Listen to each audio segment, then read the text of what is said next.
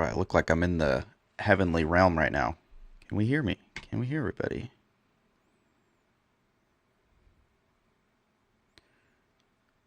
Check, check, check.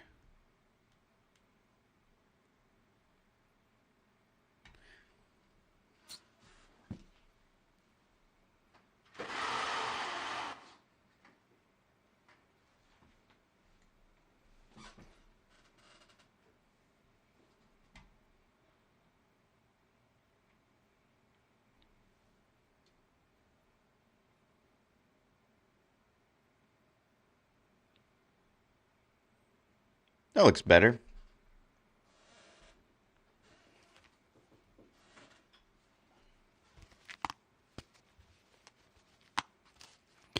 Check, check, check, check. What's up, guys? Today, we're doing a little bit of a different video.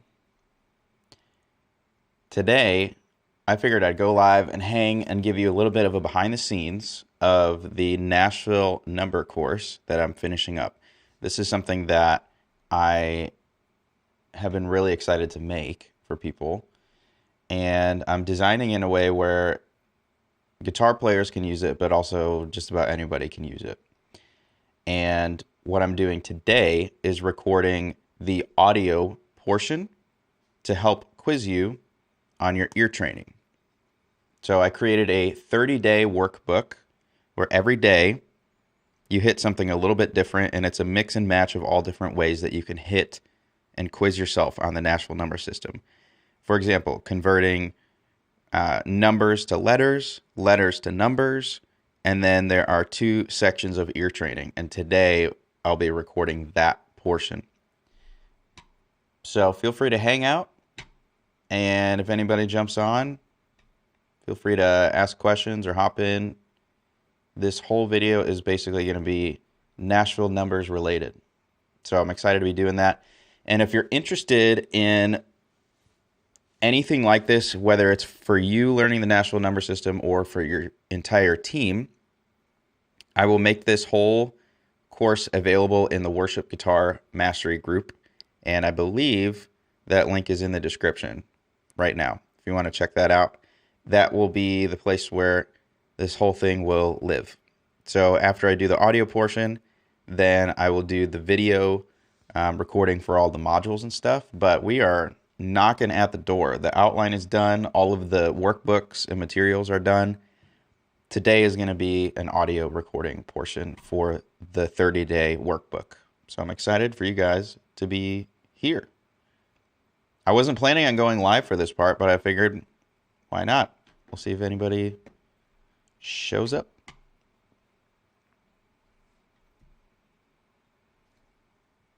I want to make sure you guys can hear this.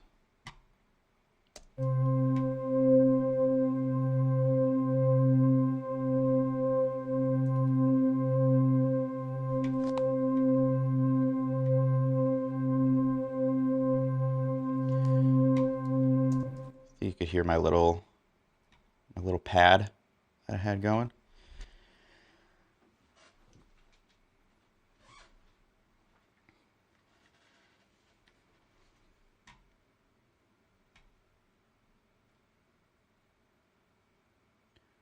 What up, Guitar Boy Plays?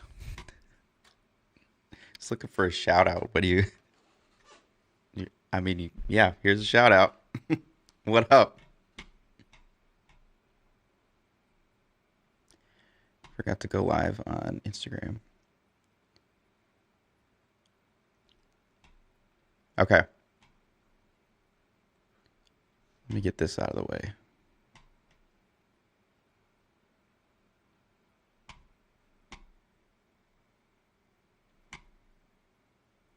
Bye-bye.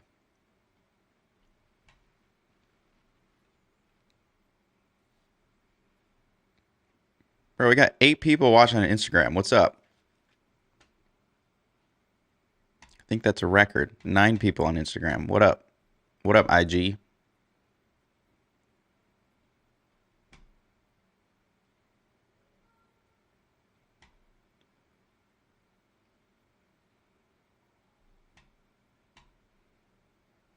And then I wanted to pop out the YouTube one. Where is that?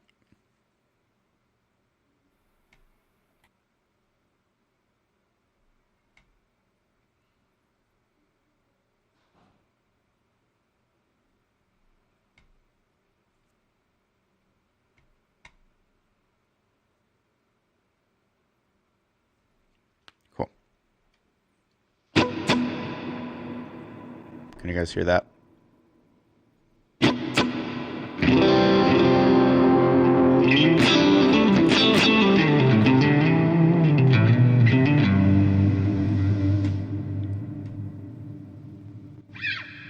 You should be able to hear that.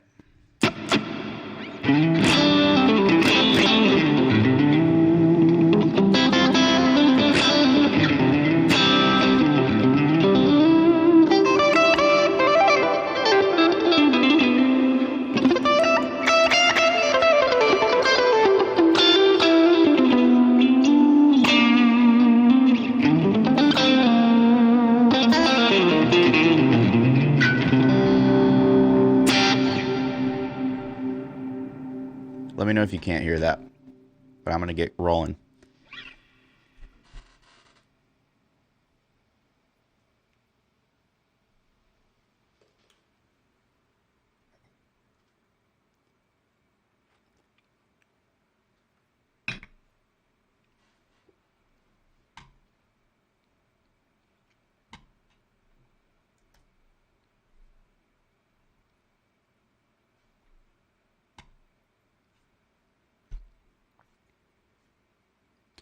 So basically what I'm going to do is pull up the 30-day workbook, and I will play. Basically I have to work backwards, which is funny. I created the. It took me probably a couple hours to go through and write out the answer key, but I'm working backwards now. So I'm going off the answer key and then recording the parts. I probably shouldn't have told you that if you're going to go and actually do the workbook, but hopefully you forget by the time you join. So how the 30-day workbook works is that I go through all 12 keys, and then the next 12 days I go through 12 keys, but it's double the work. So you should have more of a grasp. So it's double the amount of questions by the time you hit that. And then after that point, we're going over basically all the chords that you can hit that you could possibly run into, like chords that are now outside the key. So like the flat sevens, the minor threes, and see if you can hear that and write it out from ear. So these first ones should be pretty simple, but once we get towards the tail end, then things will start getting a little bit trickier. So I'm excited for that.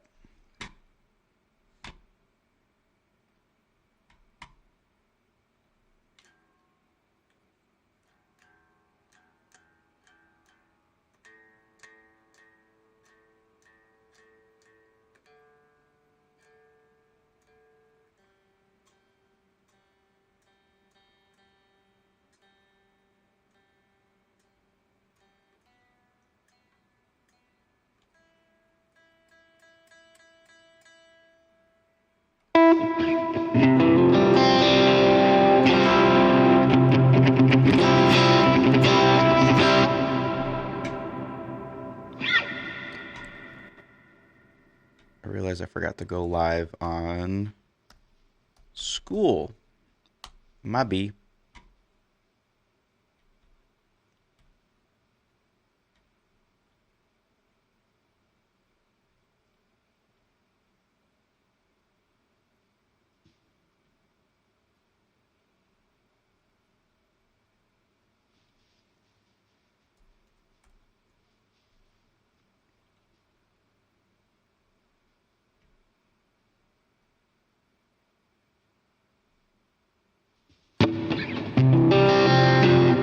All right, here we go.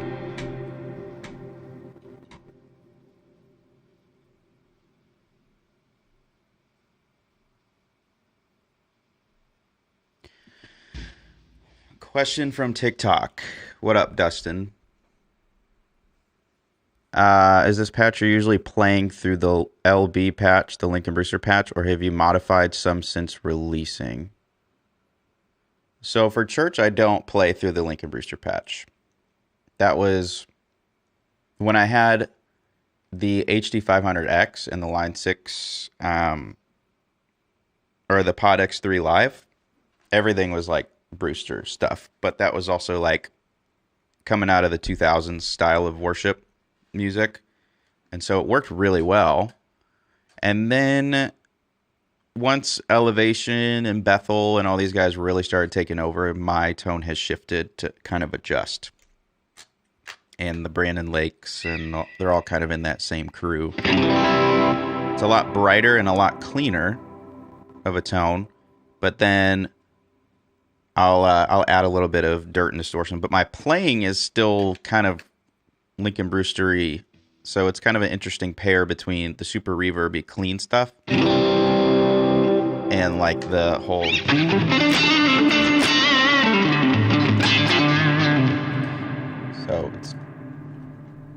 So I still keep a lot of that playing style, kind of that bluesy.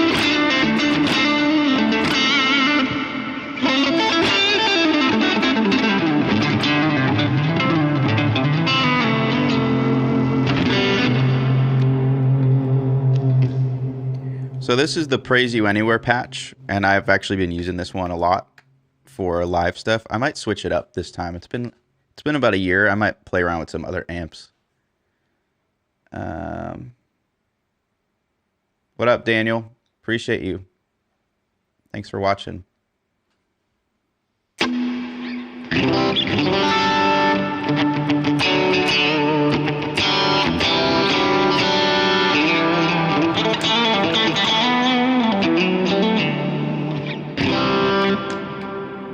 All right, let's see if we can get a good pass on these chords here.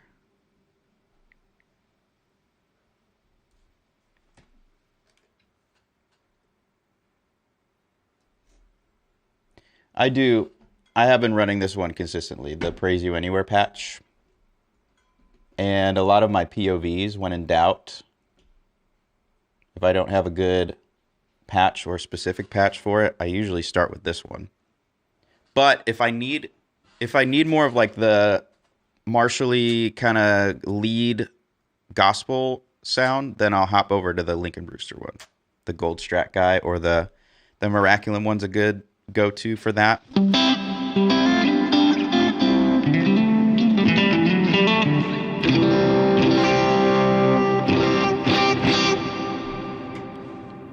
we go.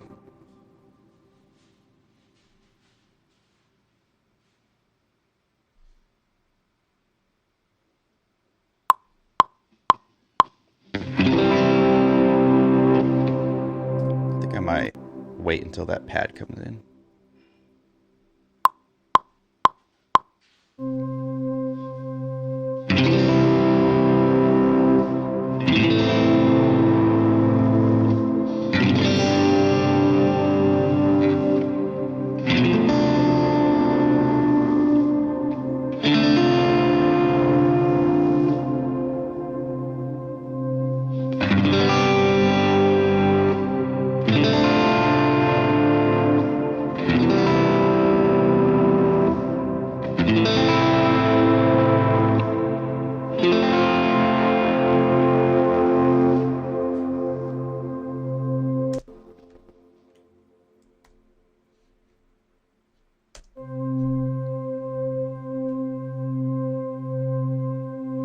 Oh.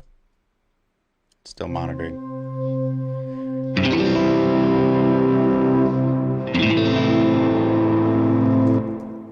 What is my favorite fast lick? Oh my gosh, there's too many.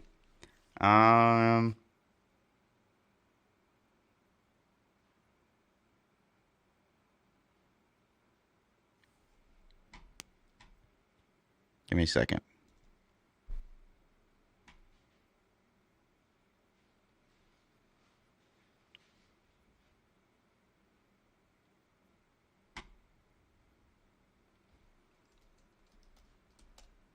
I have to change the patch on here.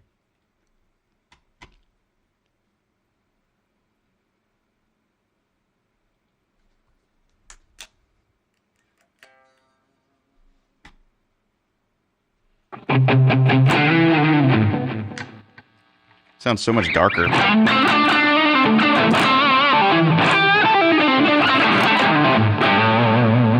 I don't know. I like the OG Everlasting God.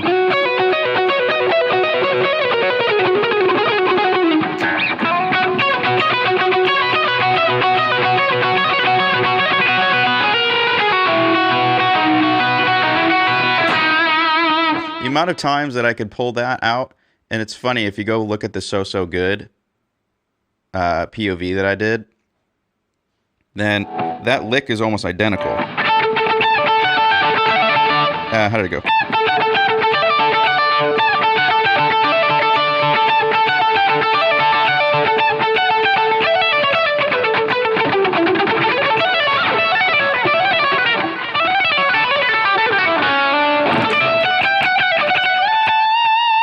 Another one is the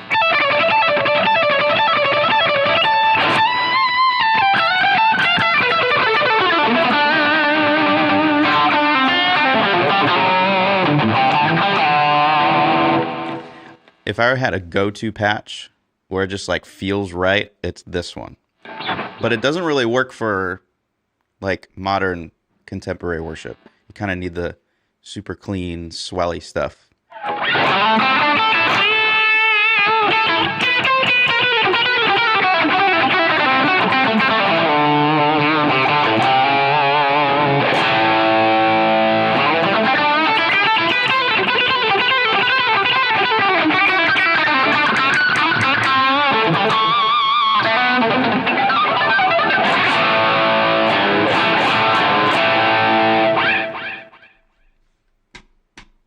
Super classic rock and roll. Them boomer bends is what they call them. No offense.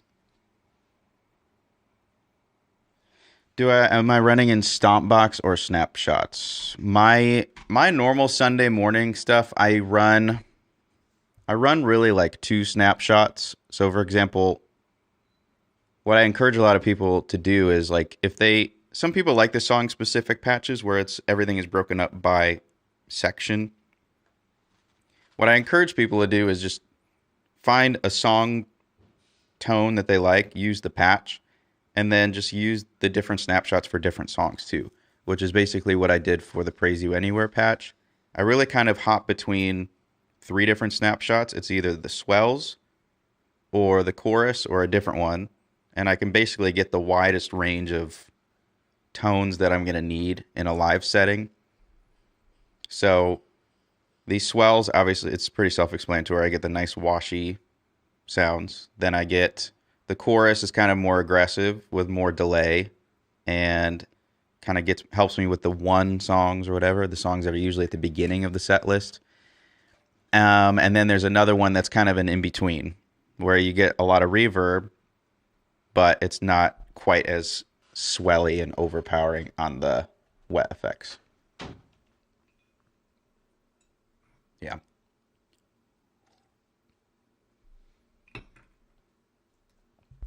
Okay, so we recorded day 1. We've got 29 more days to go. 29 more tracks. So let me change up my pad.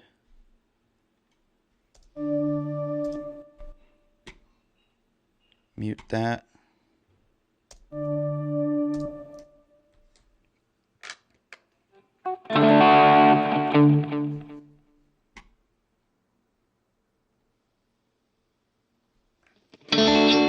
See how much brighter it is?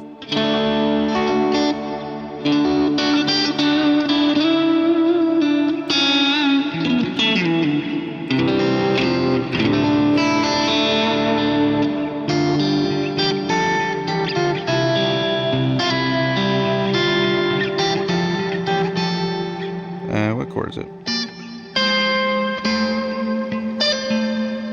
Yeah.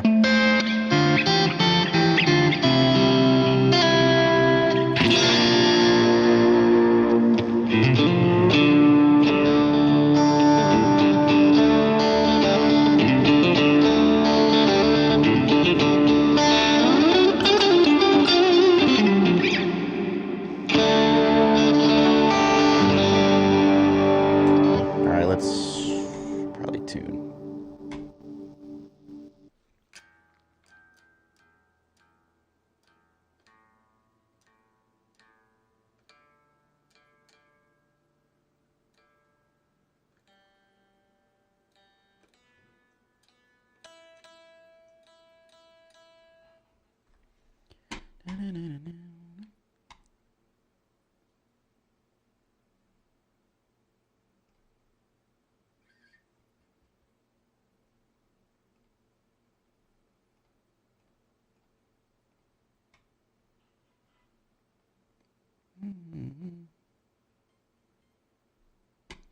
have to listen to that version. What's like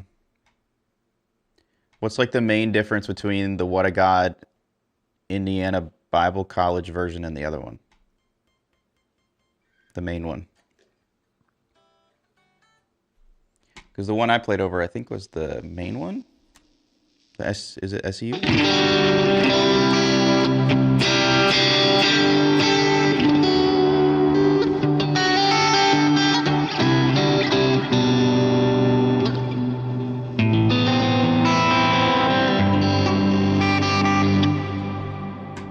All right, I'm gonna hit the next one.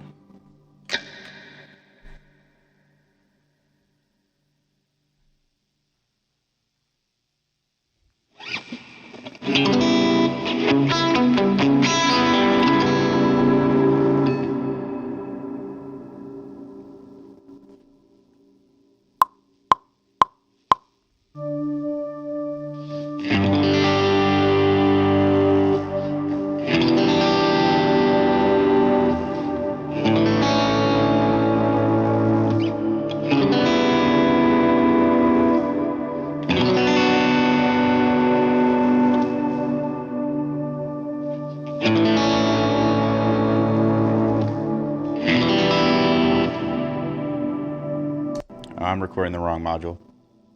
Ooh, wrong day.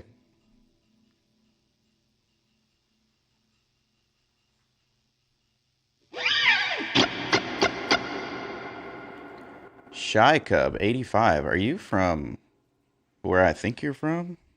Go Cubbies. Am I right?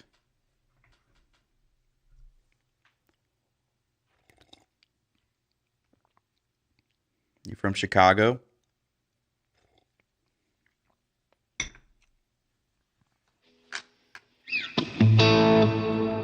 I wouldn't say I'm from Chicago, but I'm kind of from there.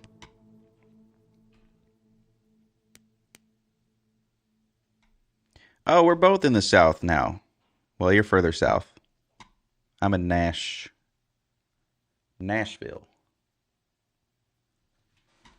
All right, let's do another one.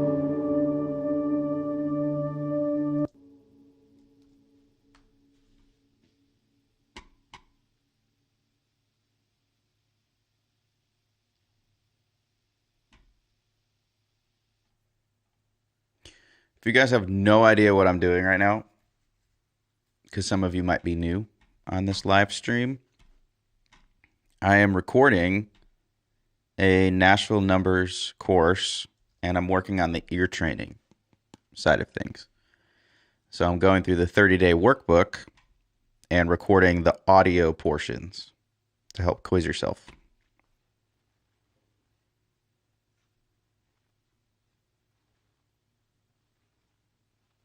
So far, I'm on day 3. We'll get there.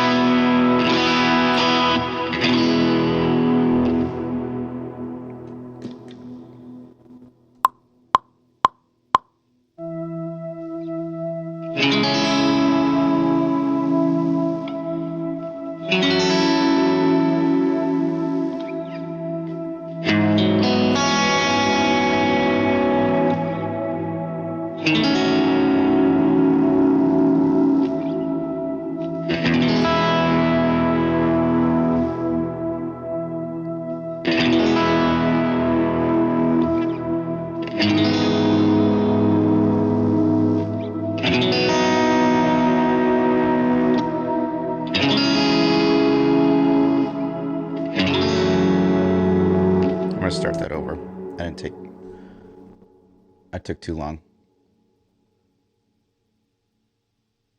Have you used the Helix multi-pedal before, and do you like it if I have it? I think, are you talking about the Helix? Because that's what I've been using. I've been using it for a while. I actually have a Helix, HX Stomp, and Pod Go. Obviously, I like the Helix the most, but they're all good in their own way.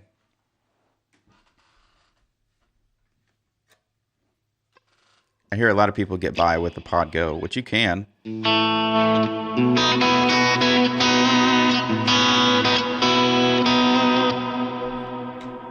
right, I'm going to do another take.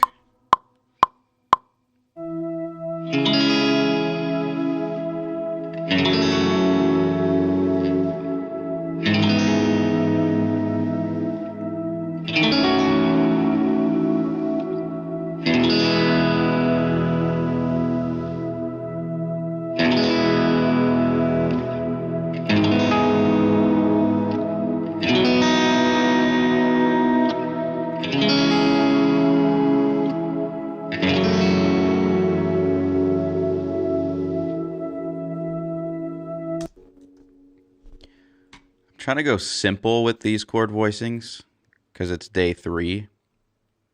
And then once we get later on the later exercises, I'll start adding a little bit more flavor to kind of throw you guys off.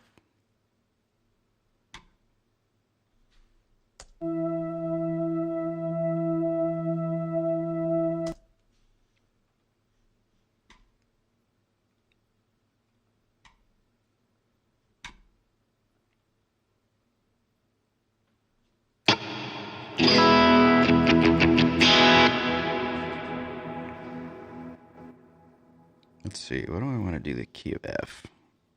I might mess with you guys early.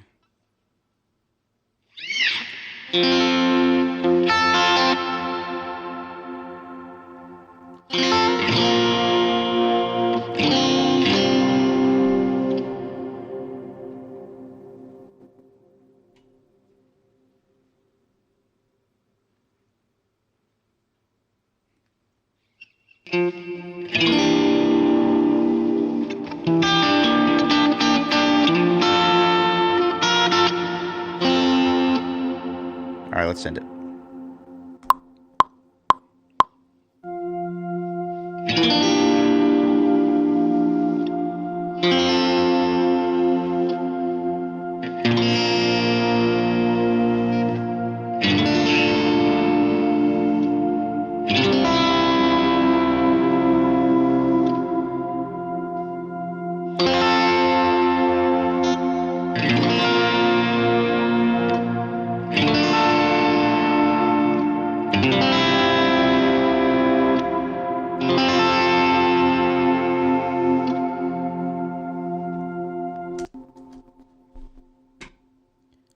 Day 4.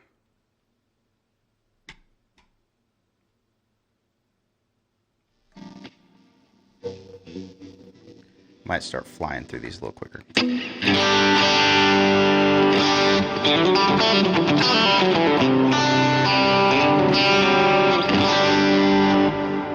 Let's do it.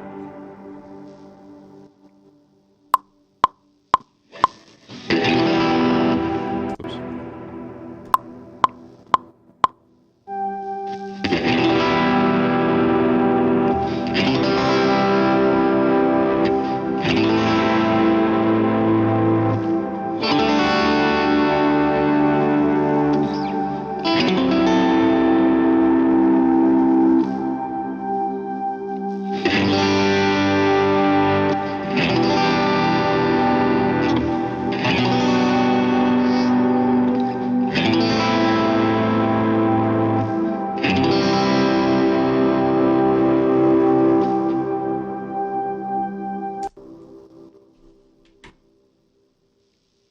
Okay.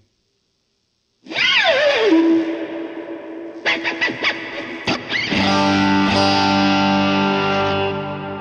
is this one louder or something?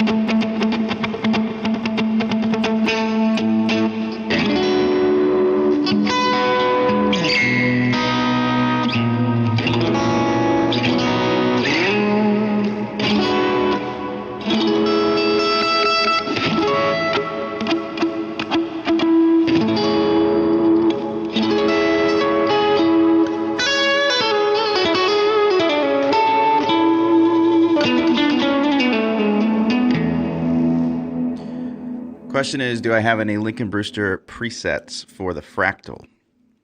No. I don't have a fractal. So I haven't been able to make one. Yeah, that's where we're at.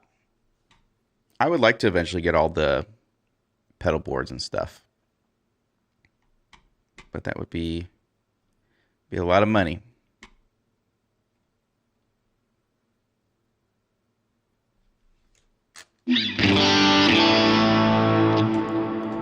All right, we're going to do A.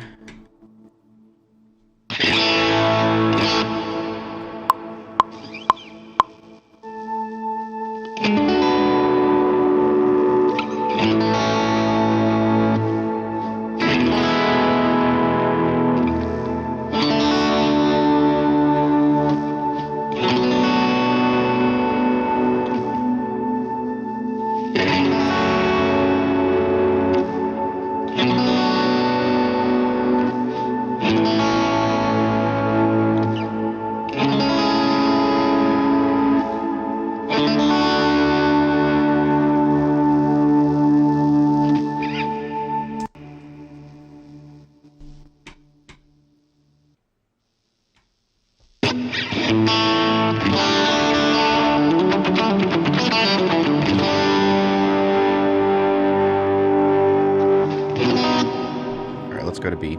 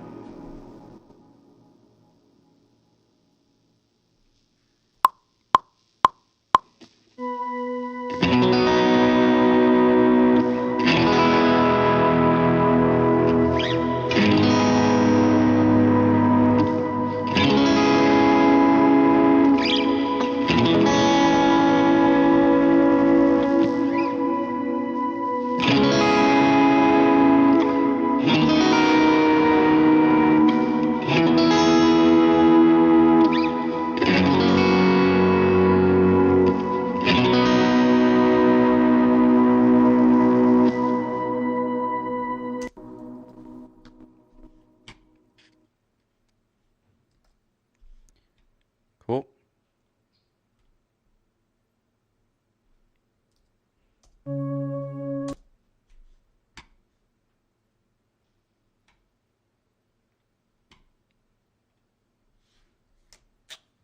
Now we get all the fun keys. I am just gonna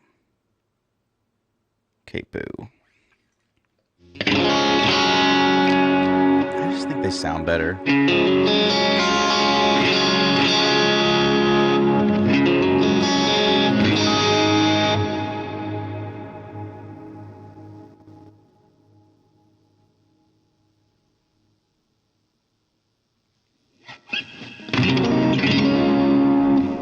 All right, let's hit it.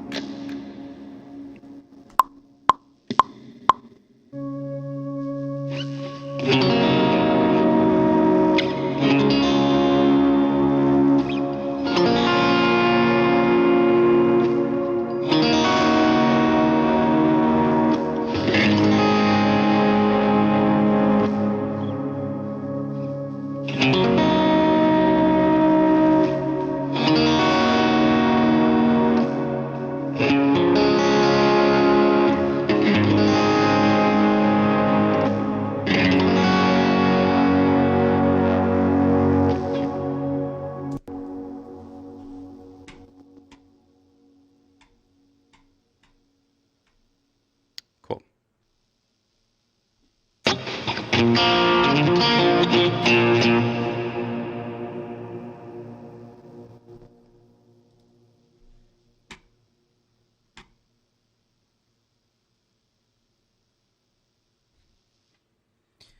Now we're going to E flat.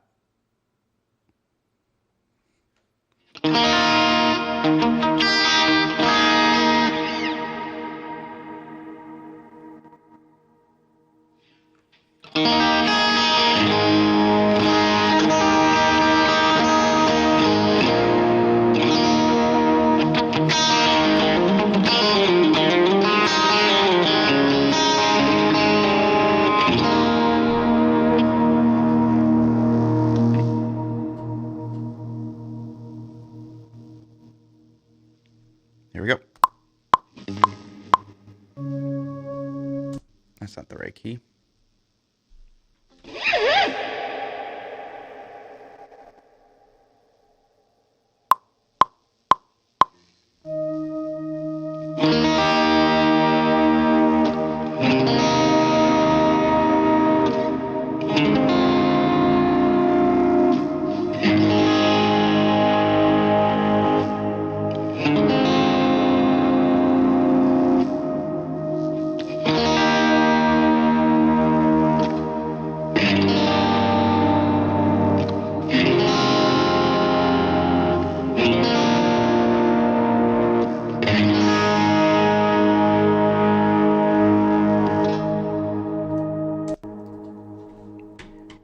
Done.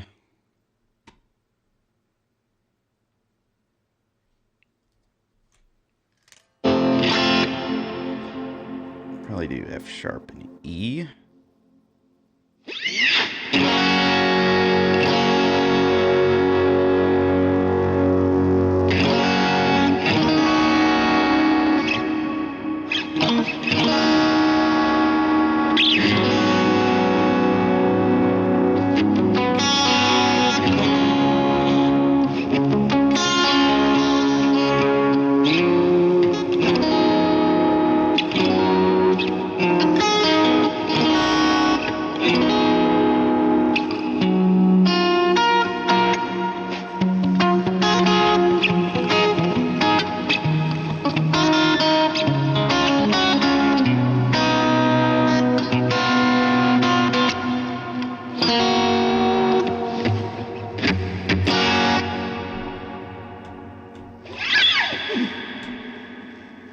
Let's do it.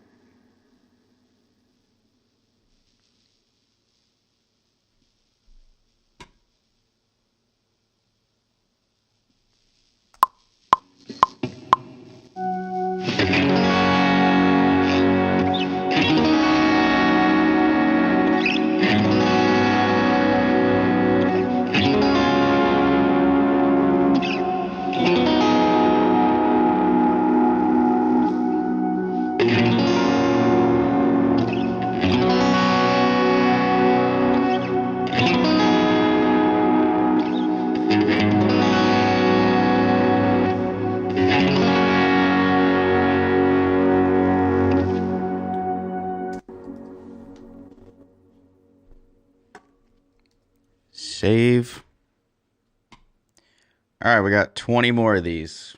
How we hanging? We got 3 maybe on YouTube and 1 on TikTok. Thanks for hanging.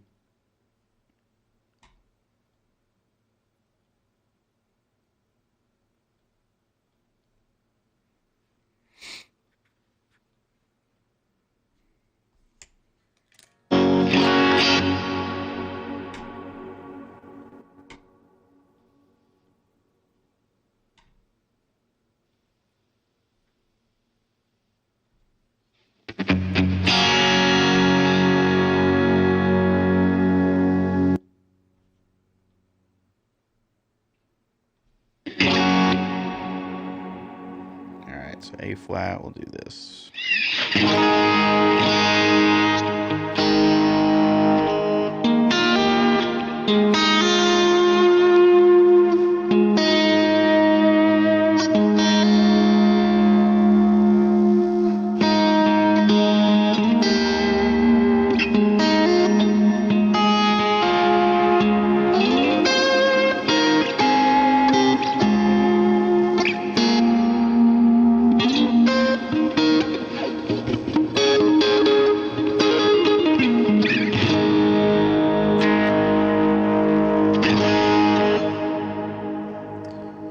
So we just did G flat. Now I gotta do A flat.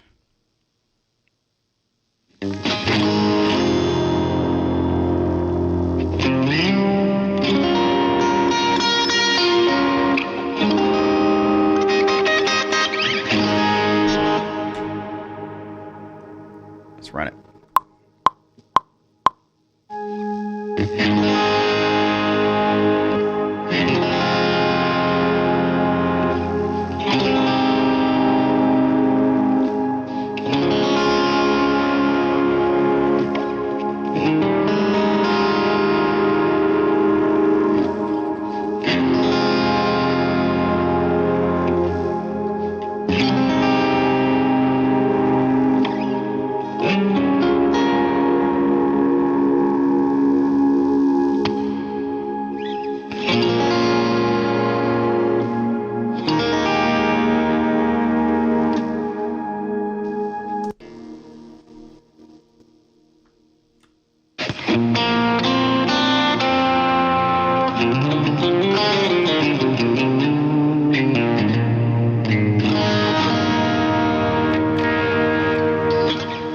What is Mighty Name of Jesus? You want Mighty Name of Jesus?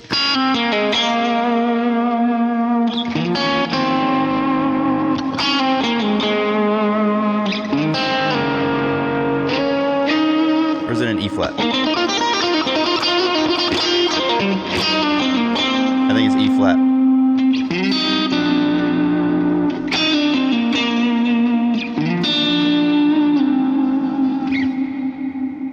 Definitely E flat.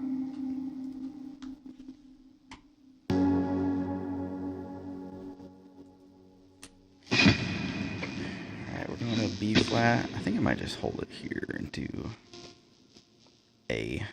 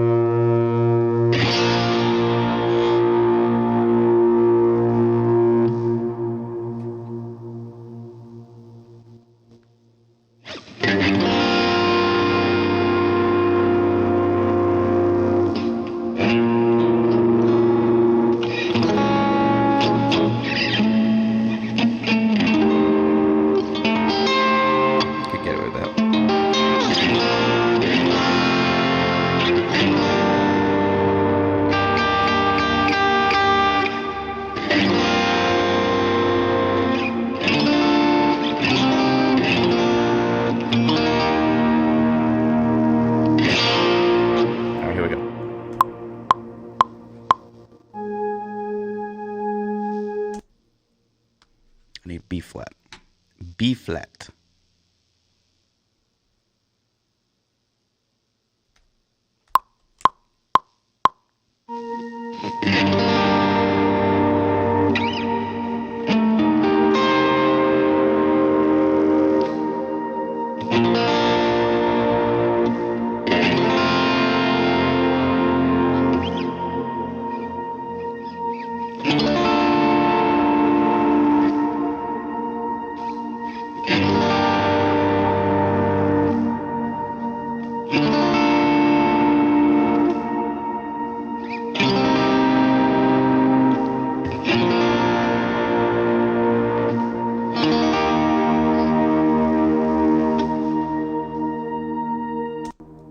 I think that was right.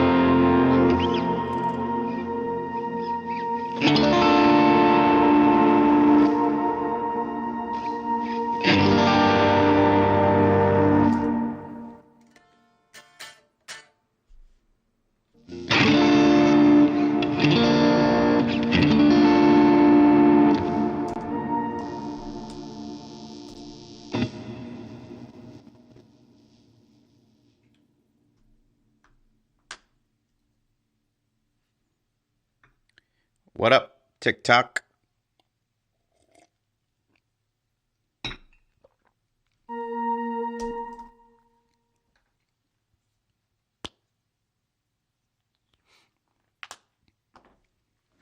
Appreciate it.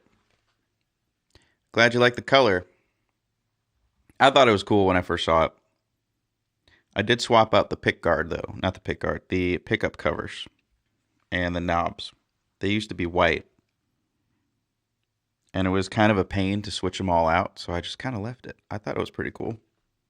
I haven't seen a all blacked out and green strap before, so I figured I'd just keep it. So.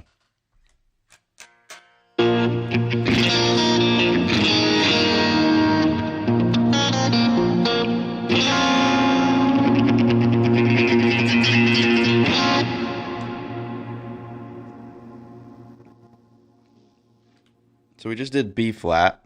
We're on day 12. It is an American strap. I believe it's American Professional. I think the actual color is olive green. Olive green. American Professional Strat.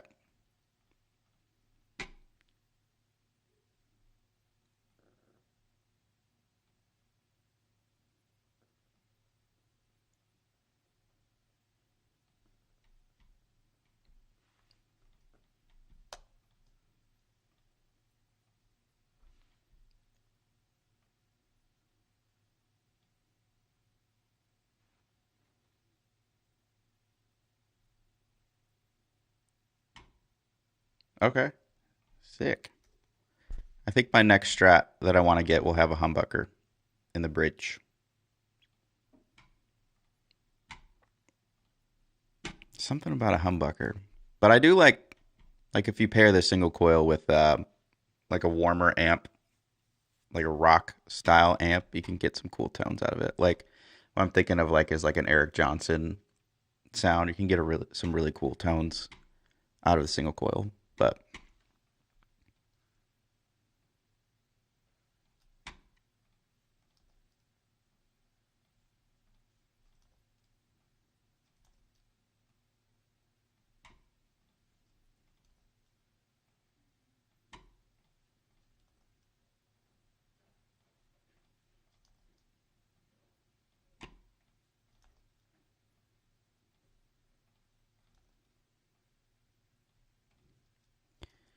I think for these next set of exercises, there's double the amount of questions. So I think I'm going to need more of a runway here with this pad.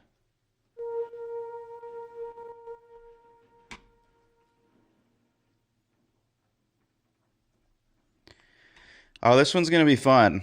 This Nashville numbers thing is more than anything that my college professors ever taught me.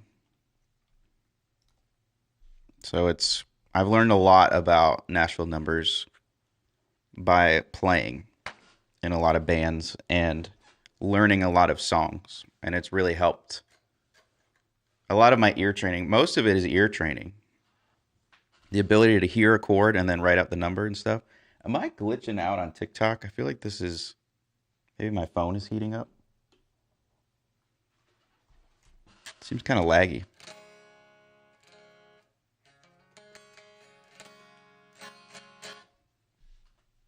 All right.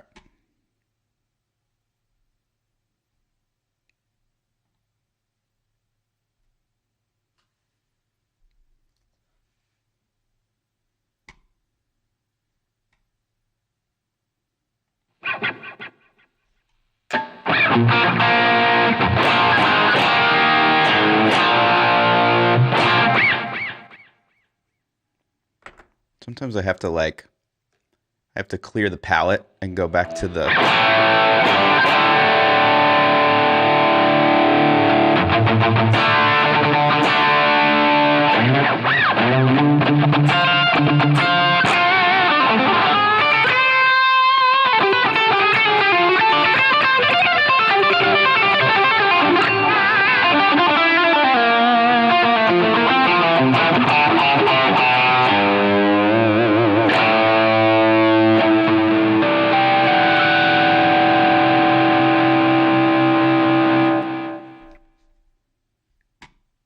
and then I go back to oh.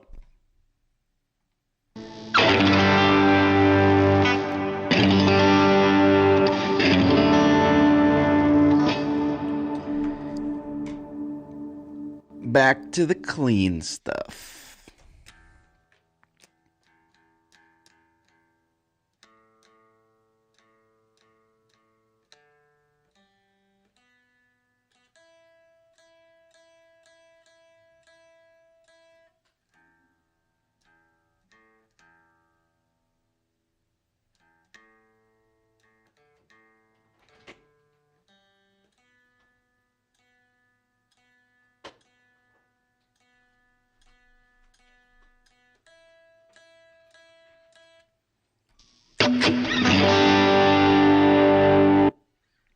Okay. So we're on day 13 here, and we've got double the amount of exercises. So this will be something. I'm gonna have to lock in here. This is designed to be done one a day, but we're doing all 30 right now.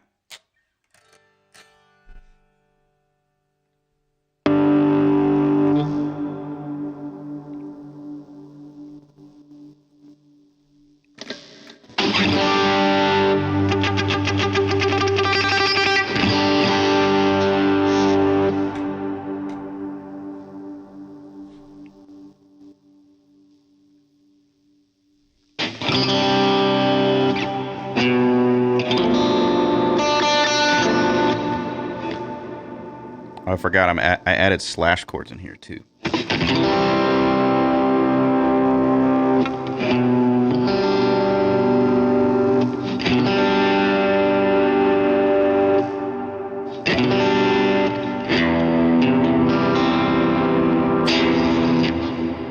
Okay, we should be able to get through this one.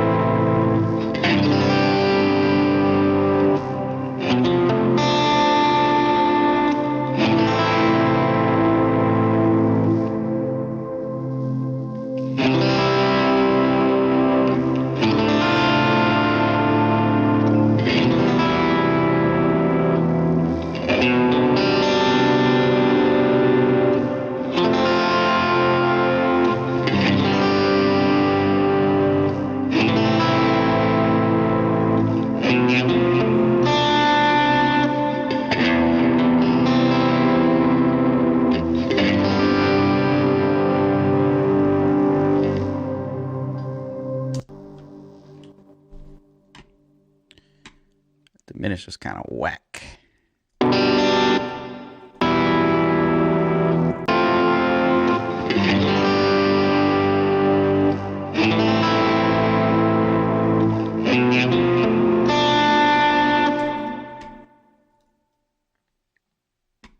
Little whack.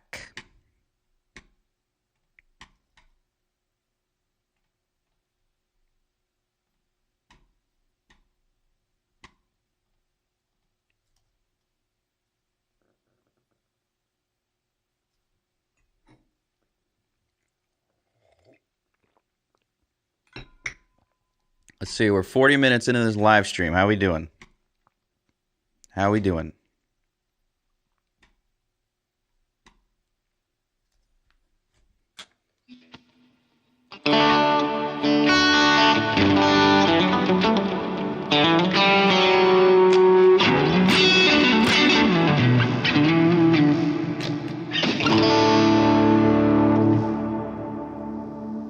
Let's see, we're moving over day 14.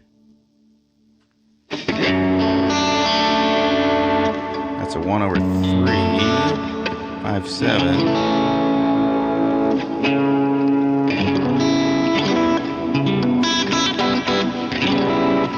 All right, let's send it.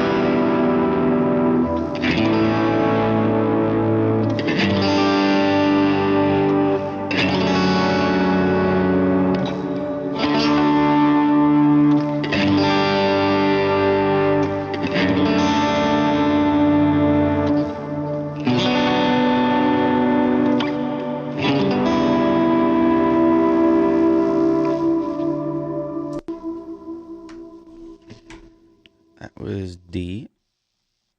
Now we're going to E.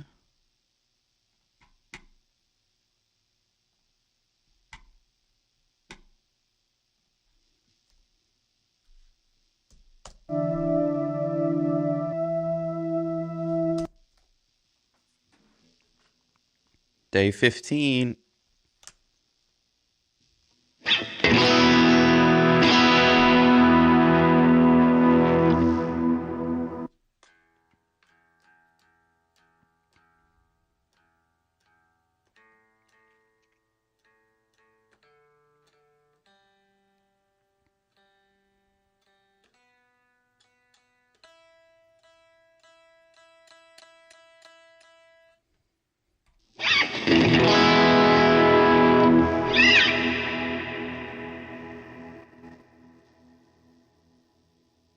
What up, cookies?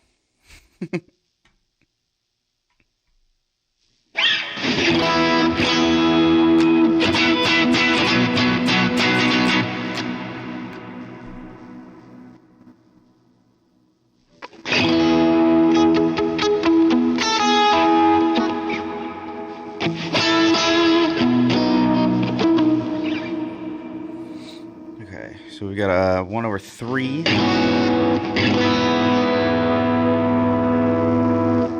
And 5/7.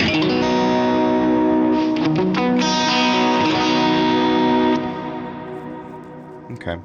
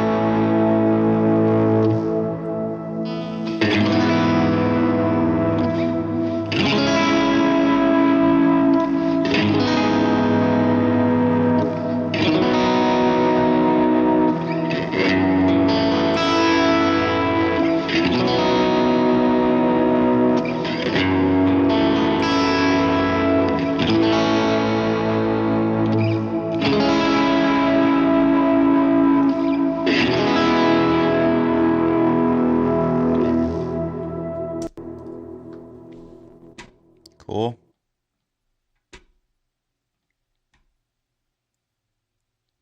I think we're cruising. What church am I from? That is a really loaded question because I grew up in a small town far away from where I am now.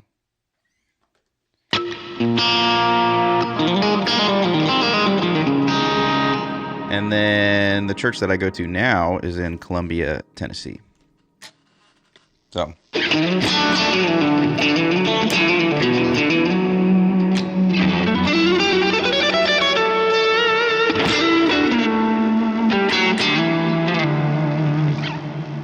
Alright, so now we are in F.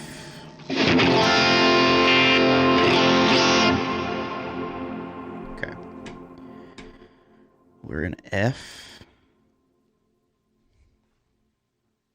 Day 16. We'll play this one in E shapes.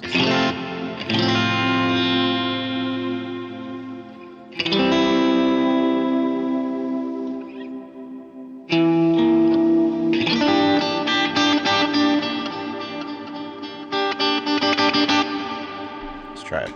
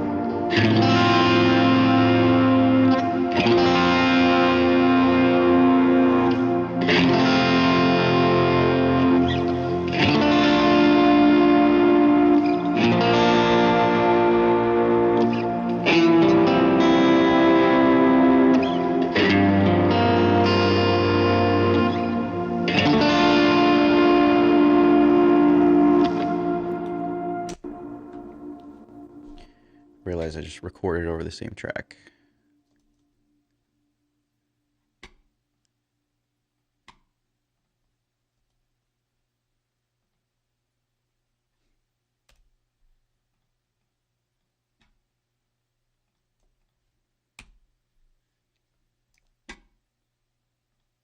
Let's just double check this.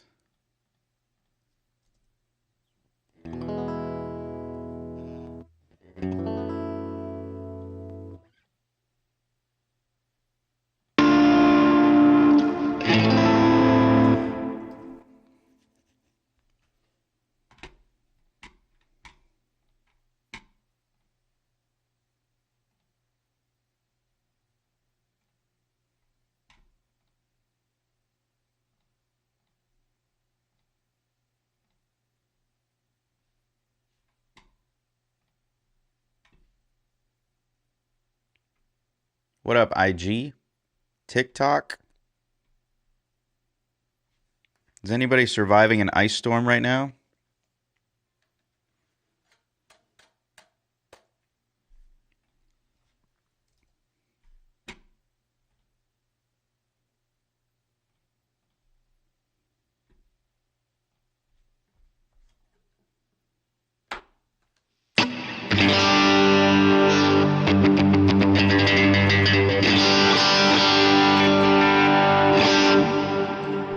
Alright, now we're in G.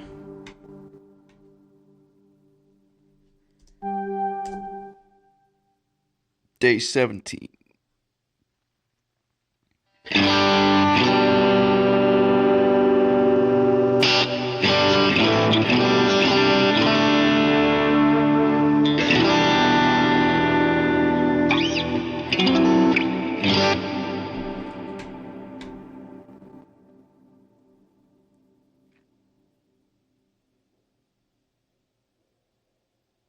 Yeah, some people got a lot of snow. We got a ton of ice where we're at in the south. But if you're from up north, you probably got a ton of snow. So, oh yeah, I think you mentioned that you're in Canada. Is that right? Might be wrong.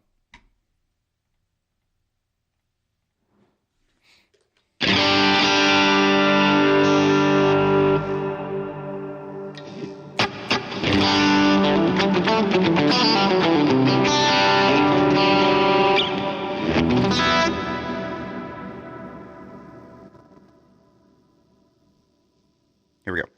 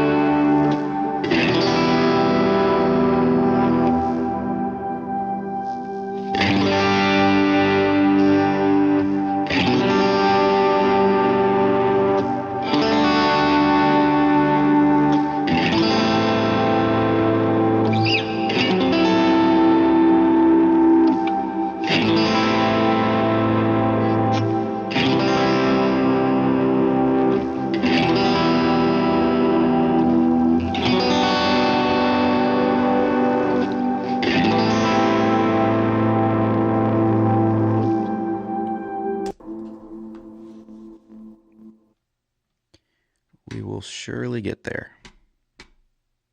Hopefully.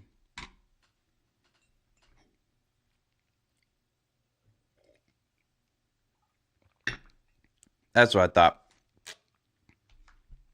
You're way up yonder. East Coast. That makes sense where you get a lot of snow. Sorry about your Buffalo Bills, if you're a fan.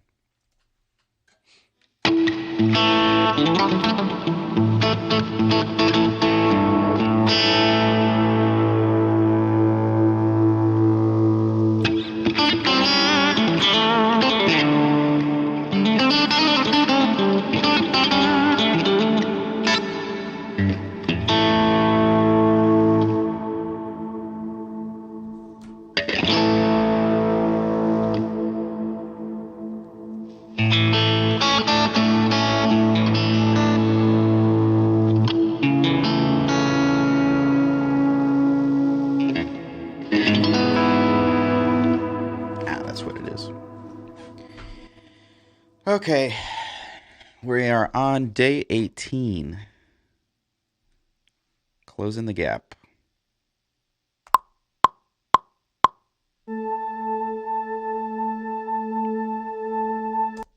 Just had to double check something.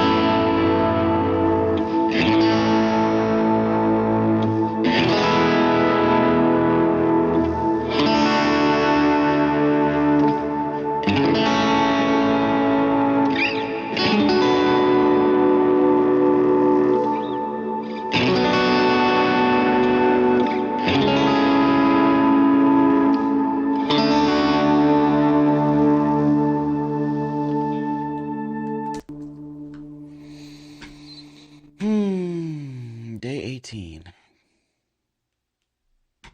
Done.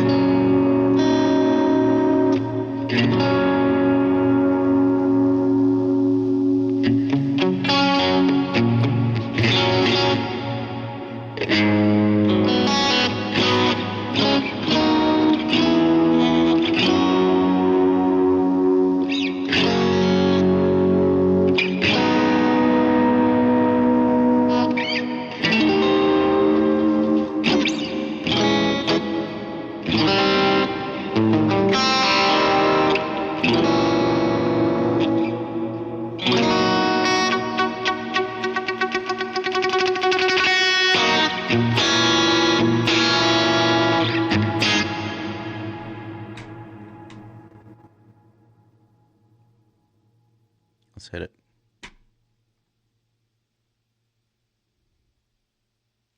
Wait, 5-7. Yeah.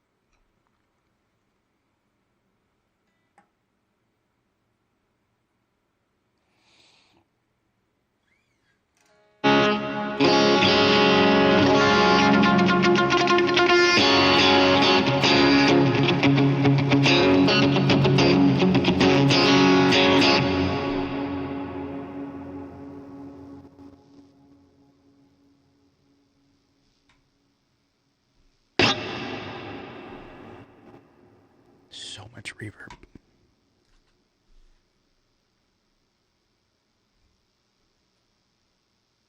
Day 20. 10 days left.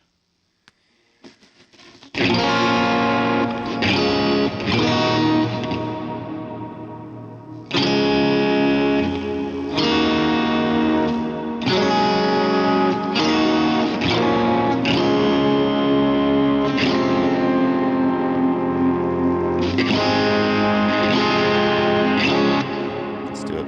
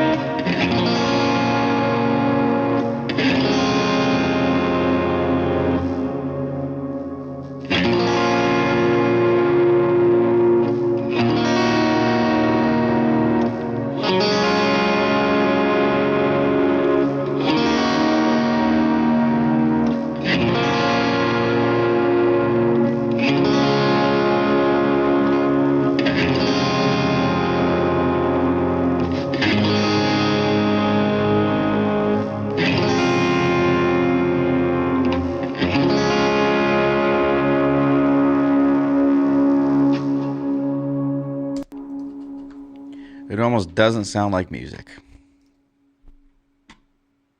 But that's not the point of this exercise.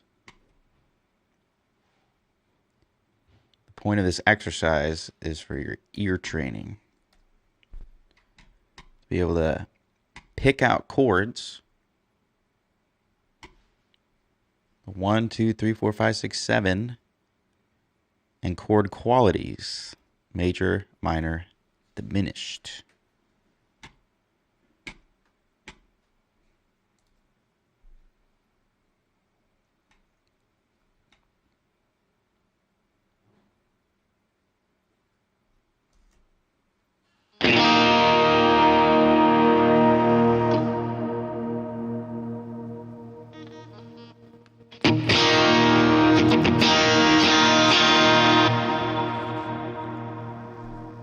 Trust me, I would like to put more distortion on this too.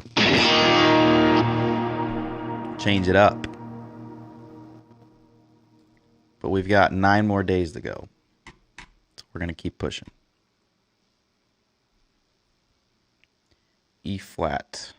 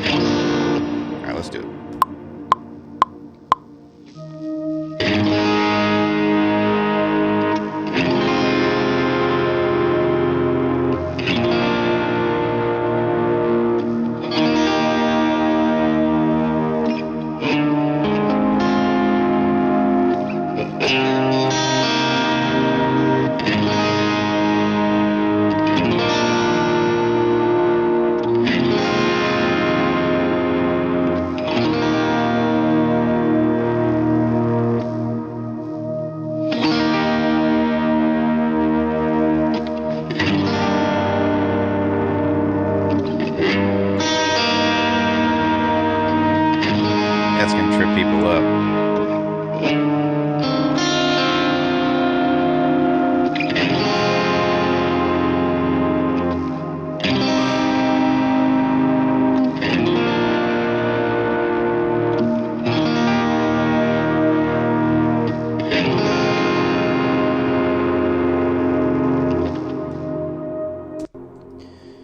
They're getting trickier.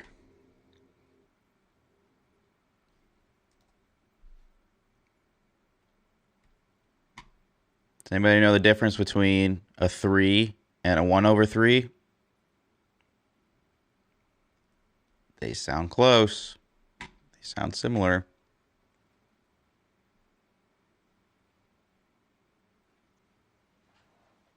We're getting there.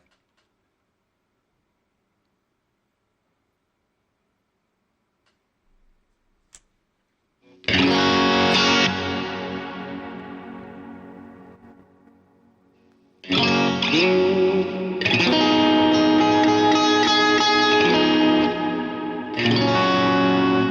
it's 1, 2, 3, 4, 5, 6, 7,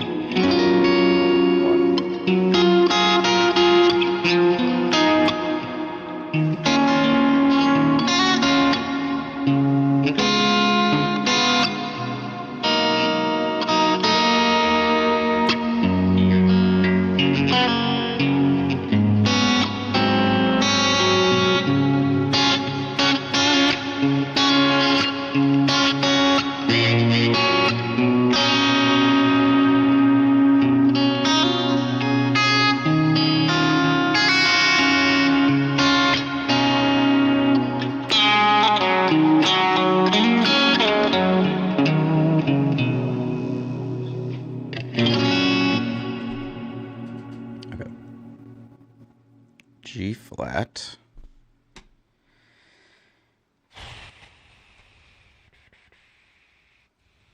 We're so close.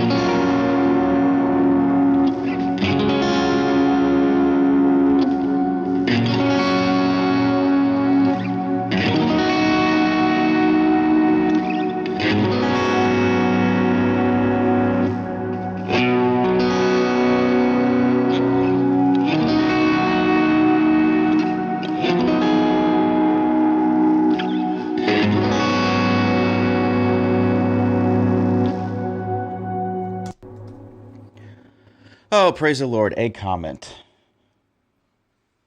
I am getting bored of doing all these exercises. Forget, what pickups do you have in the Strat? Oh, appreciate that you like the tone. It's actually, they're stock pickups. Believe it or not. So, haven't really messed with the swapping out pickups or anything like that. I messed with the pickup heights a while ago. And I like what I got out of it. The bridge pickup is pretty high off of the fretboard compared to the other two. I think what I wanted when I had more of the Marshall style tone was I wanted more of a hotter bridge pickup. But I guess now with this kind of more worship tone, I could probably pull it back a little bit so it's not as bright and harsh. But if you go back and listen to the stems of the worship guitar songs of today, like the tone is pretty harsh. Like it's pretty bright. But when you put it in the mix of everything, it sounds good. So that's kind of what I was aiming for. By itself, it could sound pretty bright, but in the mix, it pokes out a little bit more with the full band.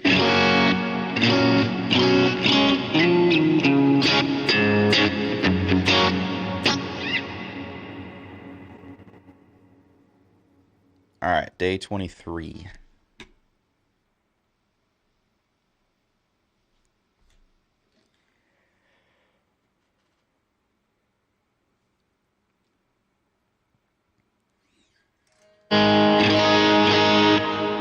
What effects am I using? I'm using the Helix Native for this stuff at home, and I use a Helix floor when I play at church. So I'm using pretty much what all the typical guys are using who are people who are creating the sound of worship guitar these days.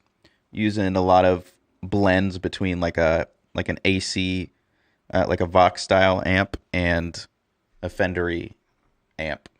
When you kind of blend those two together, they kind of have like a warm but also super bright sound to it. I'm actually going to mess with my tone again because it's been a little while since I like switched it up. So I might play around with some different amps and see if I like it. It's kind of hard to beat. It just like has such a, obviously there's no distortion or anything turned on, but like the clean tone, it's like it's heavy enough when you dig into it. But if you pull back on the tone knob,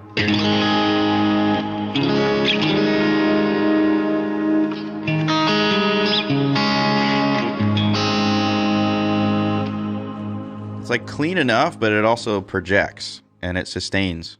So I like it.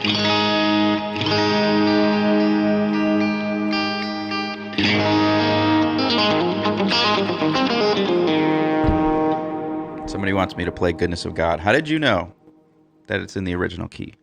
What is it?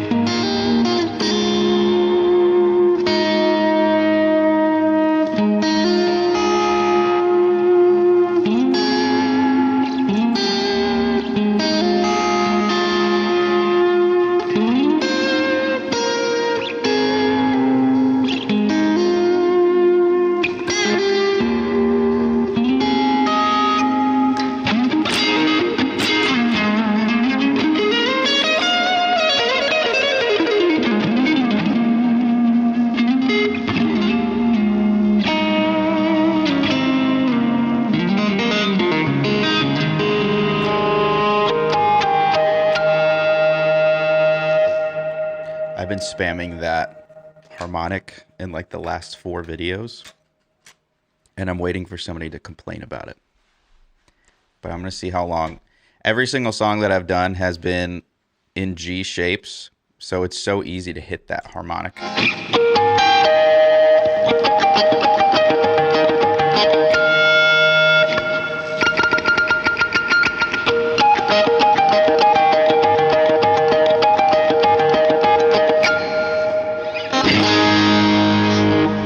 Get louder. Oh, that's not muted. I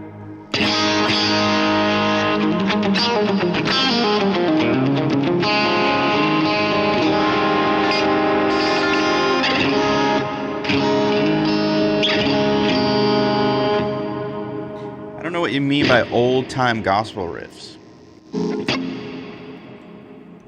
It's not where I come from. I actually need to take a deep dive on it because my church has been doing more gospel-y stuff.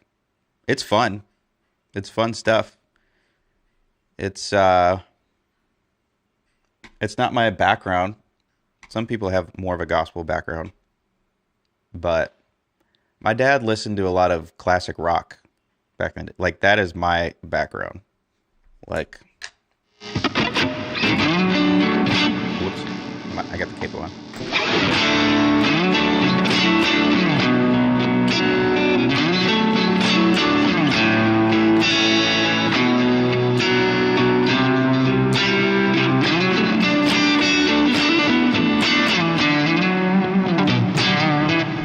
Okay, I need a break from this. It's darker.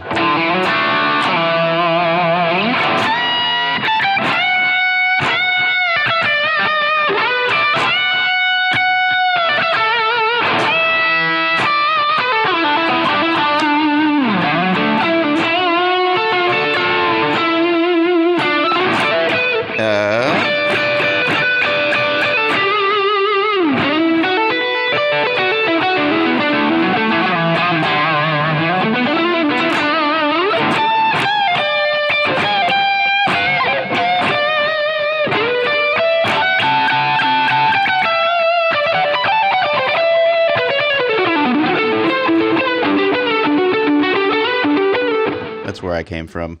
This is it's Marshall Plexi style amp.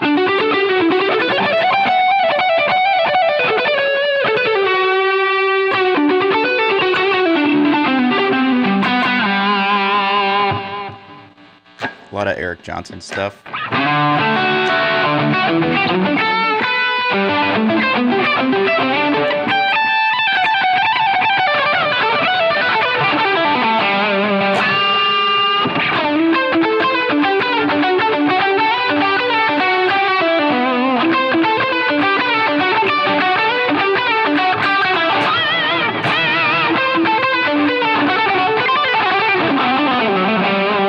Or like Van Halen used to have.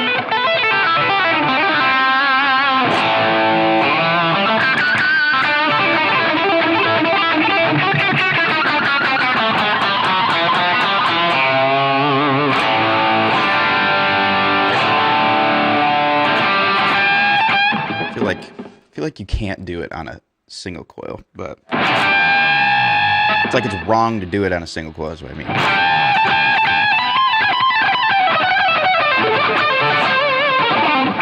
You can kind of fake a martially tone, but as soon as you start getting up in like the Van Halen type of worlds, you need a super strat with a humbucker or something.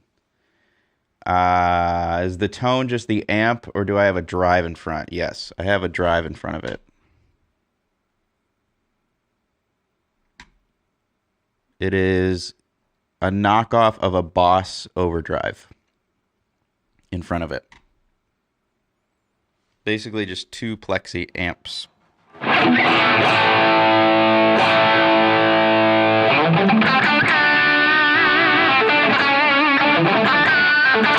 This is the Gold Strat Guy patch.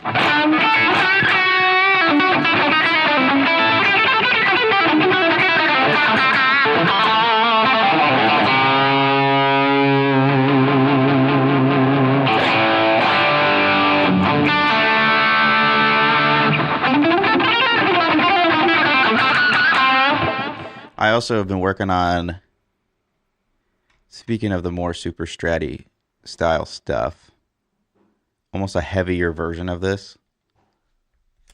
It's even heavier. But I was messing around with, I don't know if any of you guys like watch some like old Van Halen or just like anything classic rock. A lot of the live stuff is on like it's all filmed on tape that kind of gives it the tone. And I've been messing around of like, what if I emulated within the Helix or whatever signal chain, the tape effect. And this is the closest that this is where I left off. I don't know if you can hear this. If I take the reverb and delay off.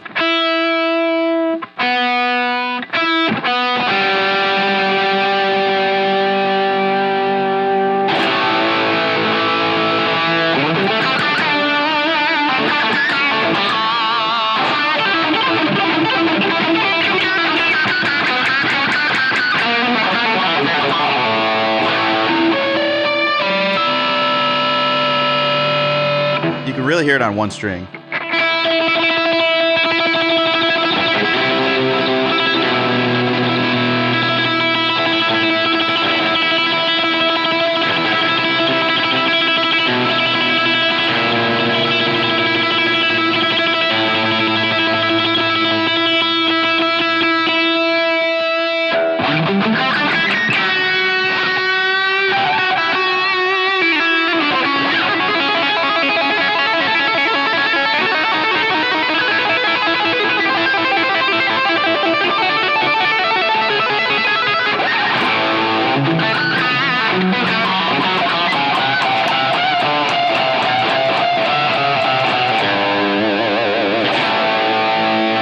I feel like that's not bad for a single coil.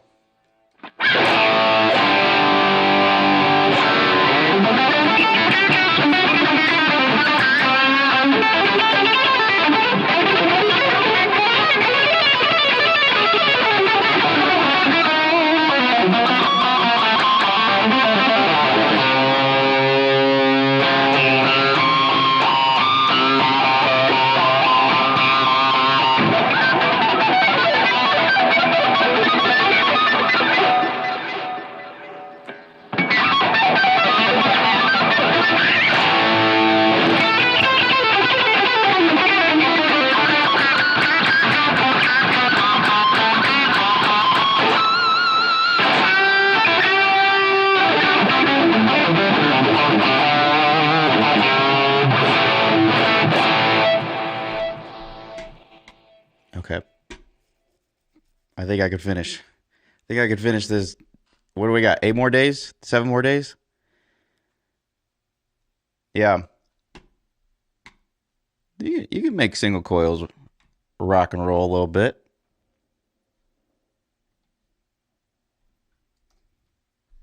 I actually was playing this through my Charvel when I was making this, but it still sounds pretty good through the single coils. My Charvel has a hot rail Seymour Duncan in the bridge, so it helps get more of that EVH super strat sound.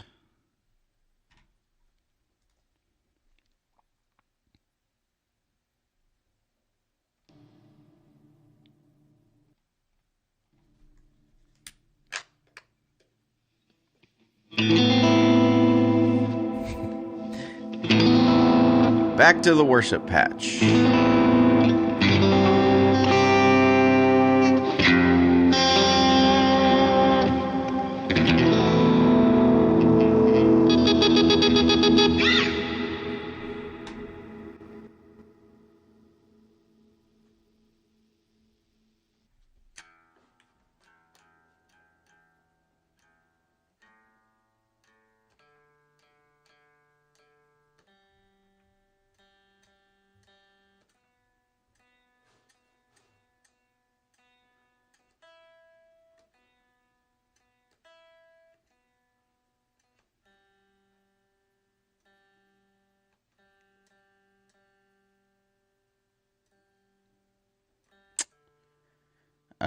No, I don't have any mid boosts or preamps.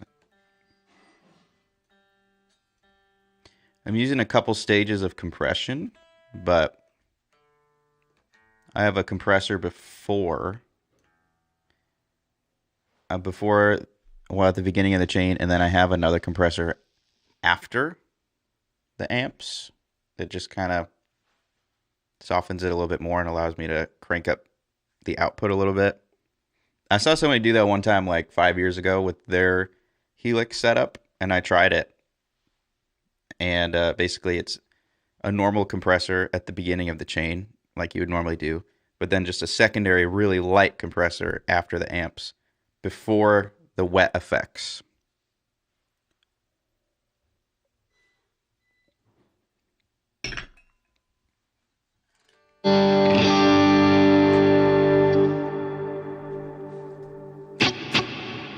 It's been working for me.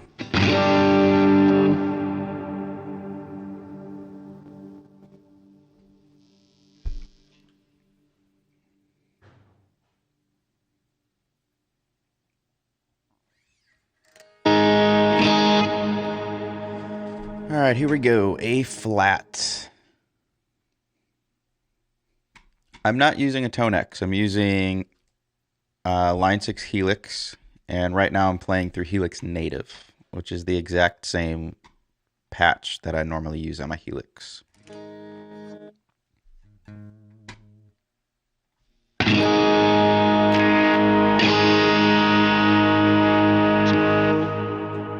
Yep, go for it.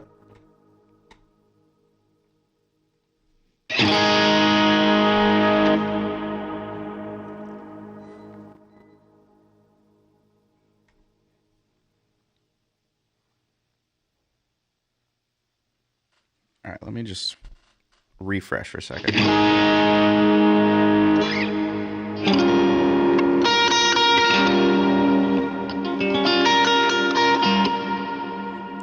Yeah, so that would be the 7, 5/7, then 1/3. Yeah, we're good.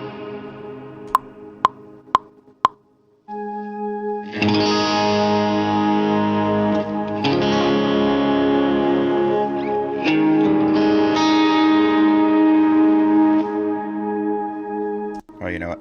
I messed that up. Try again.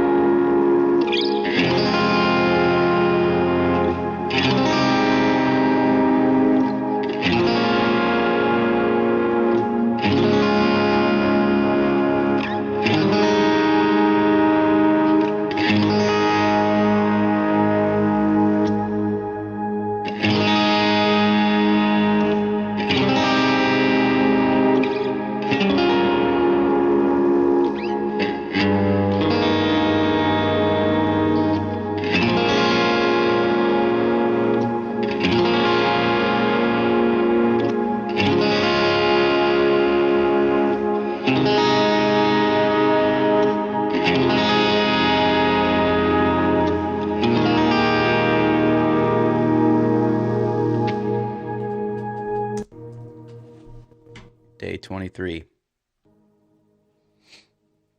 Day 23.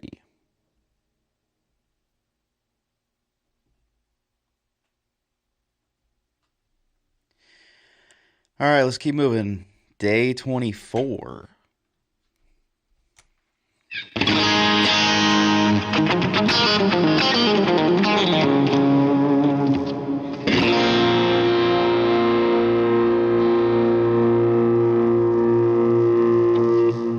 All right, we're in B flat.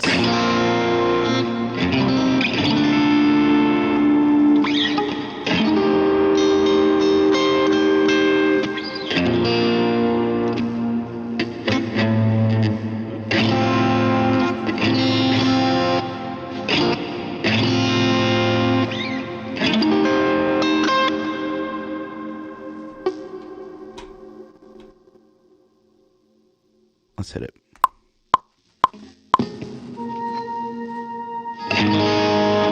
My bad. I'm getting these keys mixed up.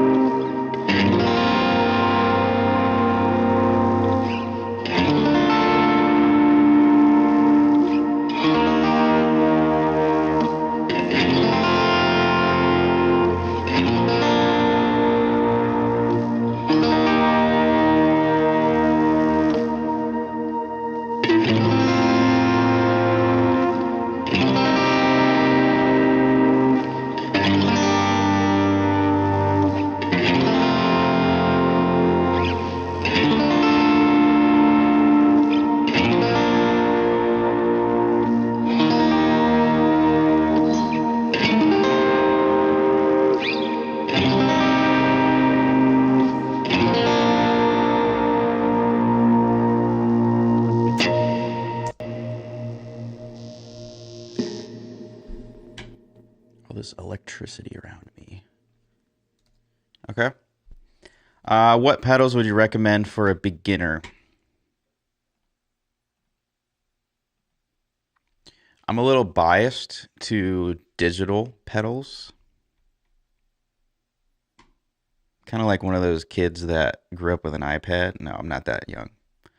But I did grow up with a digital pedal board pretty much since I started. So my first set of pedals or pedal board was technically my church's when I was 12, and that was the Line 6 Pod X3 Live was the first one that I started on. And I pretty much just stayed with Line 6 because next it was the HD500X, and then I went to the Helix after that, and I've been with the Helix since then. I'm not like super loyal to Helix at this point. I have really no reason to be other than the fact that I just know the operating system. Like, I'm open to other digital pedal boards, but for somebody that was starting out right now, I mean, that's what I told people yesterday. I'm the most familiar with the Helixes, and I know that they've gone down in price since the Stadium released. So if you can afford a Helix LT or whatever, like that's a really, really good starter pedal board if you can make the jump. Because what ends up happening is, because I also have a Pod Go and I have an HX Stomp. I really just wanted those as a smaller rig, but also so that I could make presets for them. I use them sometimes. Like if it's an acoustic gig or something like really small, I can just grab the Pod Go or whatever. But you'll realize pretty quickly with the Pod Go for sure, and even with the HX Stomp, you'll realize that you probably want more pedals or more effects. And with the Helix, it's pretty rare that I'm sitting there, I'm like, I wish I could add another pedal or effect to the signal chain. There's some things like pitch effects and like things like that where, for example, if I wanted to use like a polycapo or the pitch effects, they take a lot of space like DSP and processing. So that's kind of the annoying part. But I believe that the Stadium solves a lot of that because there's a lot more processing power on it.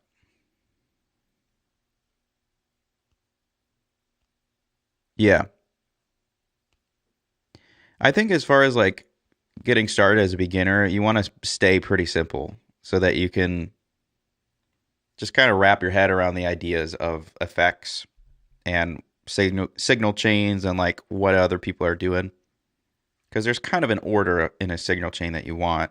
But the thing is, if you, for example, if you jump to a helix and you have no idea what you're doing, my recommendation is to start with a preset that somebody else made and load a bunch of different ones on there and see how signal chains are formed. Because once you stare at it long enough, you kind of get an idea of what's the kind of the order that a lot of these people are putting the pedals and amps and all that, because it does affect a lot. 1, 2, 3, 4. We've got 6 left.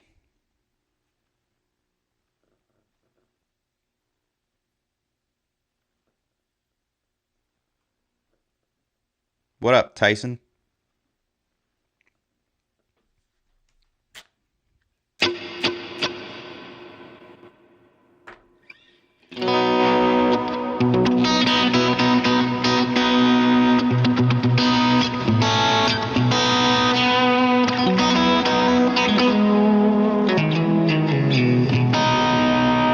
How's the weather? Straight up ice. Down here in Nashville area, it's just like this much ice just all over the ground. And they're not doing anything about it because they don't have the infrastructure. So what we do around here is we just wait however many days until it gets warm enough. So we're just chilling. We're chilling here. I figured I'd use this time to finish up this Nashville numbers course. We're close. We're really close. So I'm just doing all the ear training portions of it. 30 days worth of exercises, and I've got 6 more left. So I appreciate you guys for keeping me company. Because a lot of this is just big old diamonds chords.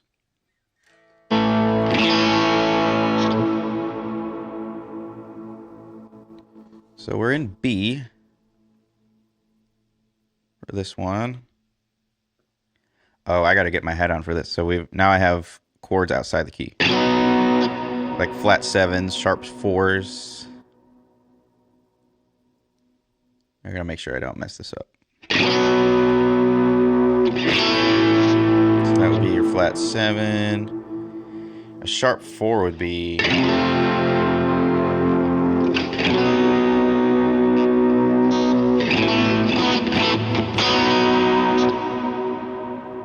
and then 1/3. 5/7.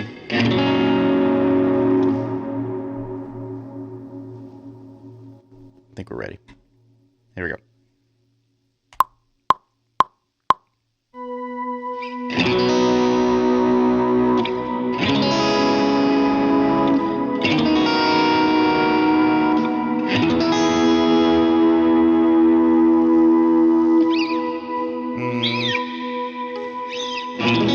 Let's start that over.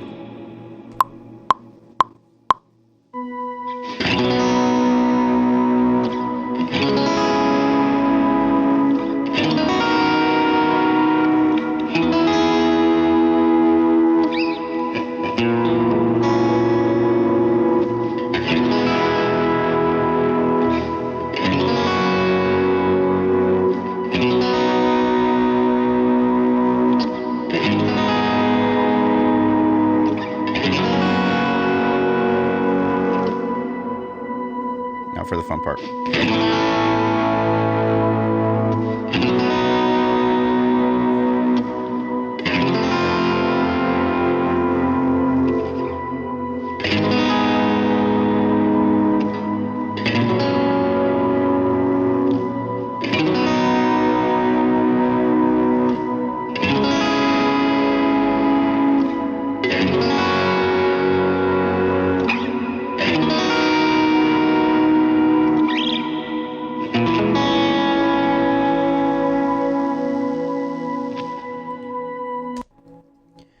Good luck with that.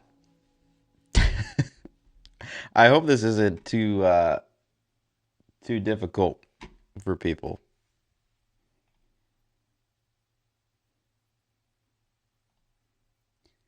That one had a flat 7, a sharp 4, and then 2 different inversions. Have fun. My goal on these last 5 days is to make it, I want to make it pretty difficult. Not impossible, but you might have to listen to that one a couple times. All right, we're going to G.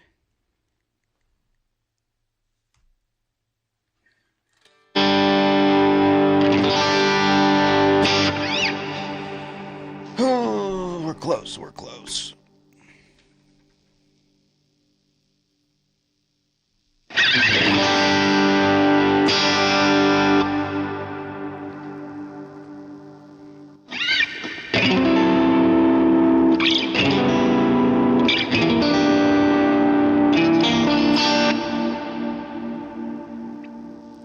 So what do we got here? We got a 1, we got a flat 3,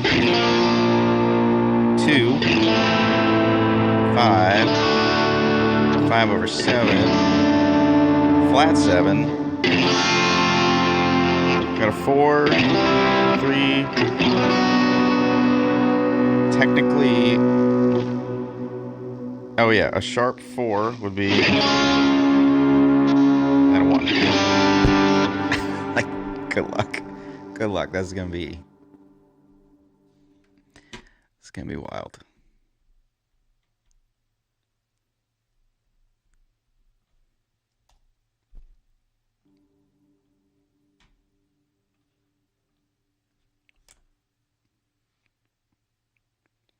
All right, trick question. These are all gonna be diminished.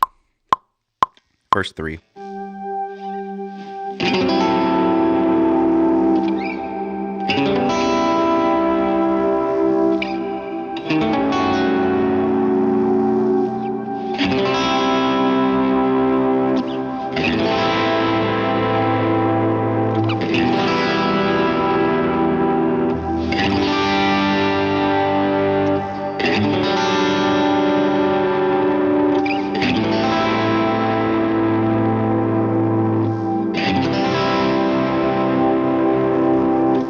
Here's the fun part. Here we go.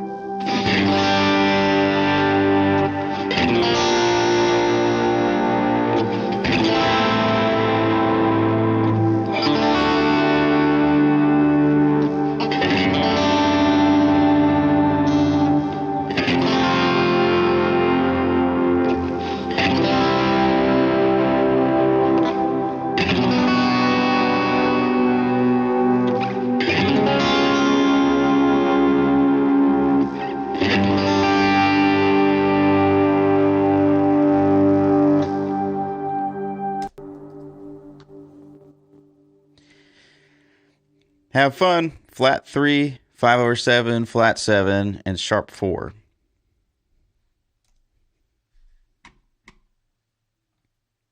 If any of you guys take this course, please let me know your feedback.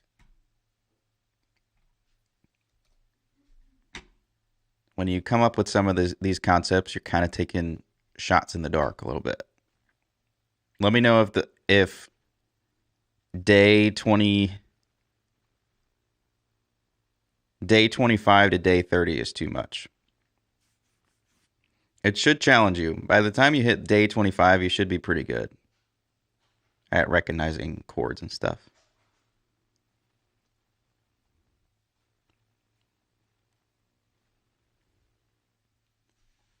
All right, we're down to our final 4.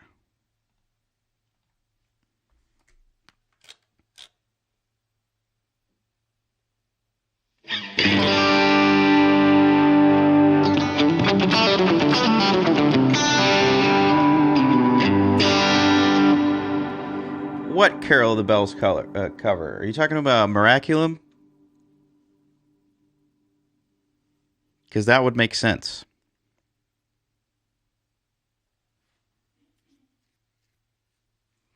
That song is literally 12. It's like 12 years old, that song.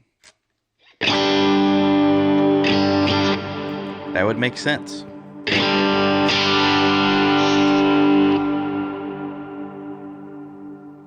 It's still a banger, though.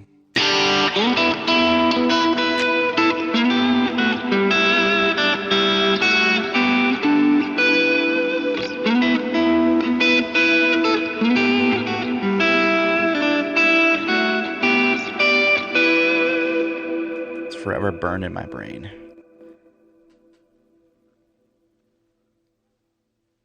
Key of D.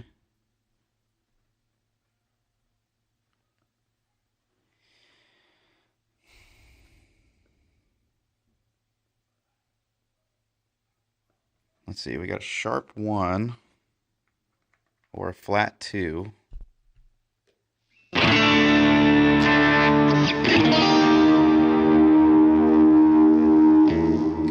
And we've got a 5, 6, 1 over 3, flat 7, 1, 3, 2, 1 over 3, flat 6.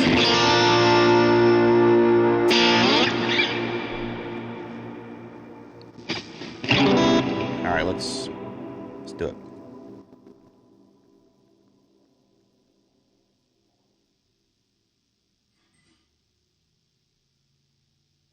What was that I just played? That was Miraculum. Are you talking about this?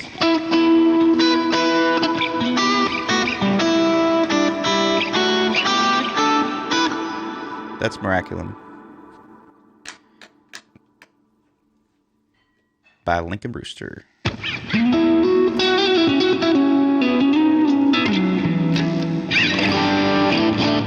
All right, here we go.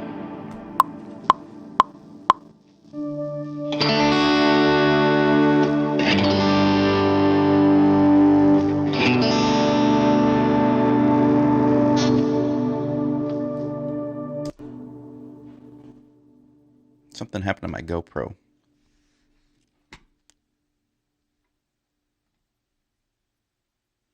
Did it overheat? Huh.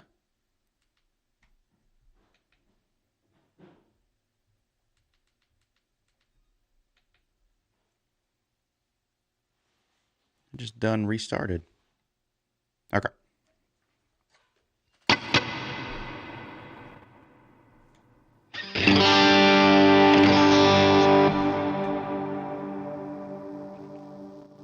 Here we go.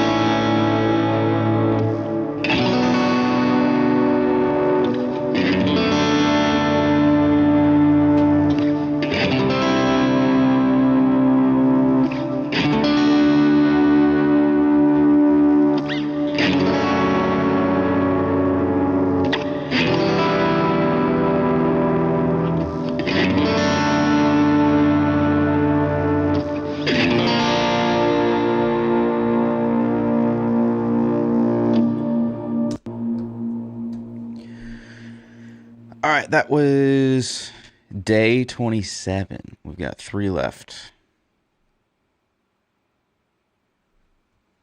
Appreciate it.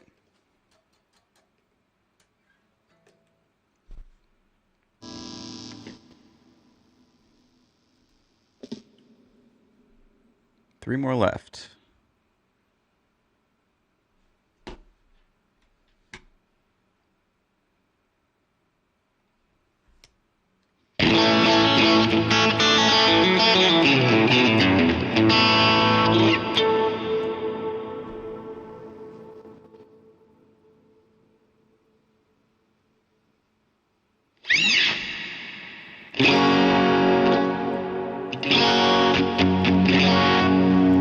F sharp here.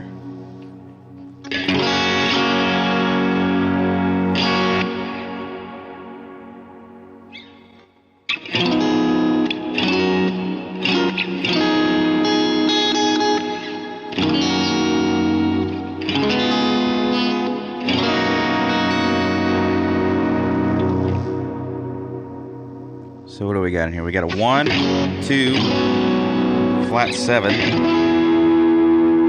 6, then a 7, then we got a 3, 4, flat 6, and then we've got a 1 over 3, 5.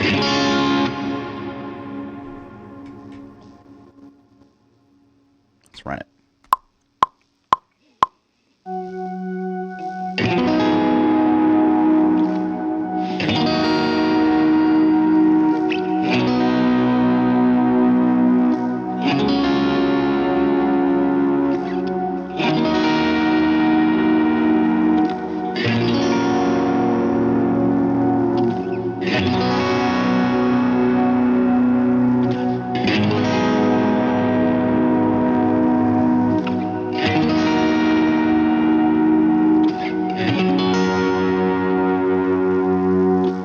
First half.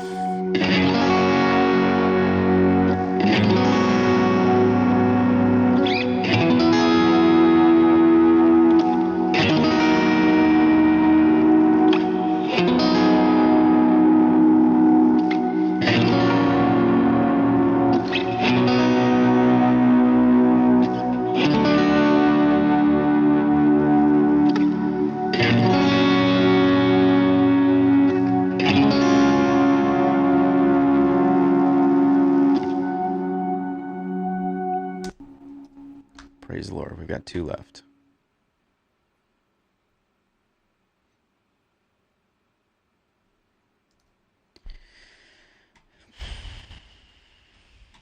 Dos más.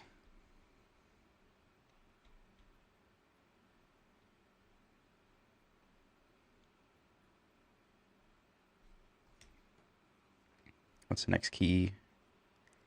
A flat.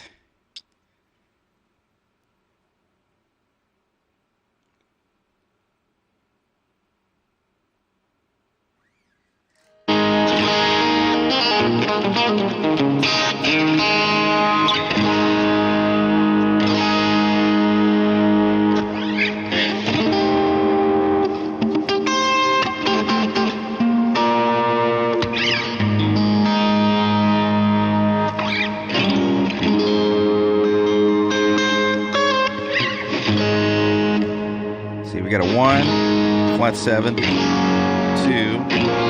3, 5 over 7, flat 3, 6, 5, 4, 1 over 3. Alright, let's hit it.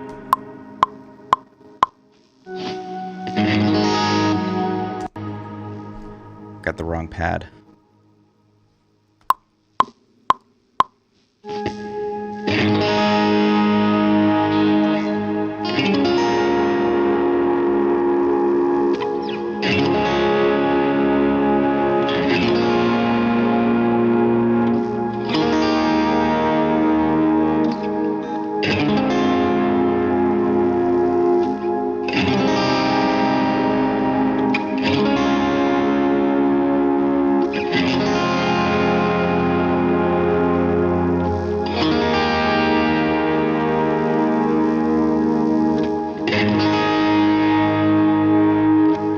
Flat 7, 2,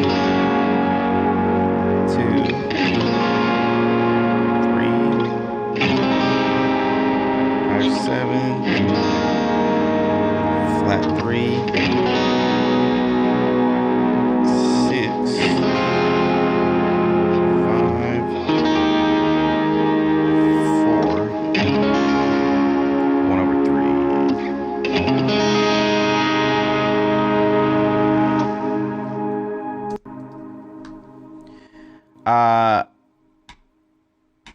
You want to know pinch harmonics? Somebody said something about pinch harmonics. Pinch harmonic tutorial.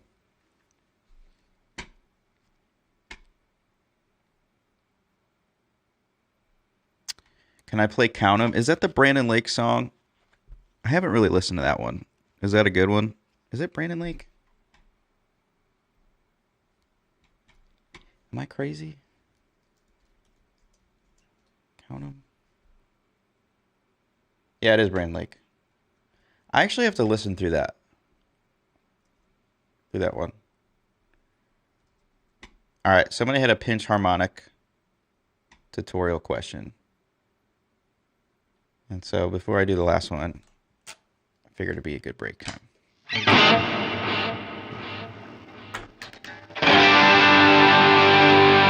First, you gotta have some distortion.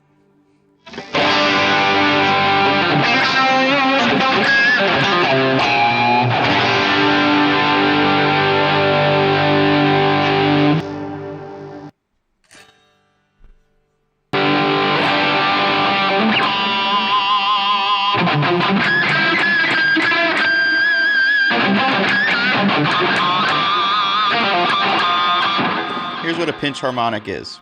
My best explanation. Can people on YouTube still see me? Yes. So a pinch harmonic for me is I choke up on the pick, and you want to get this part of your thumb right in line with the edge of your pick so that when you pick, the string comes in contact with your thumb right after you hit it with the pick. So you can almost hear the pinch starting to happen. So for example, I'm going to just start it with a normal pick, and then I'll transition it into a pinch over time, and you'll start to hear as my thumb starts coming in contact with the string. So this is a normal pick. Sorry. So as I start to choke up on the pick,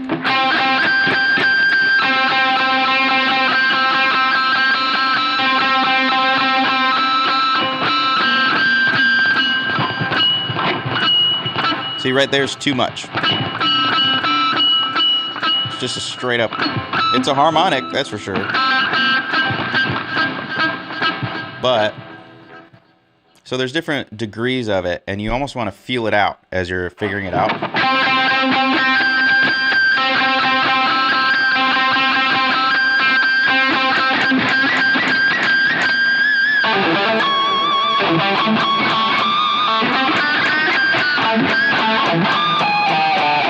So you can hit every single note like a pinch.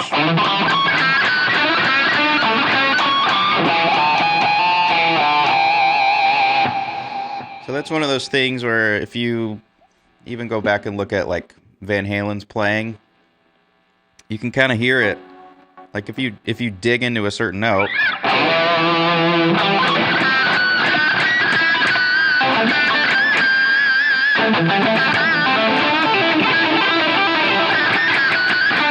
it's a lot easier to hit the pinch harmonic on the G string and the D string. Once you start getting the higher strings, you can hit them. There's just something that just like shatters the atmosphere when you hit that on the G string, and you can dig in the lower strings and you get some really good leverage. Same thing on the D and the G string.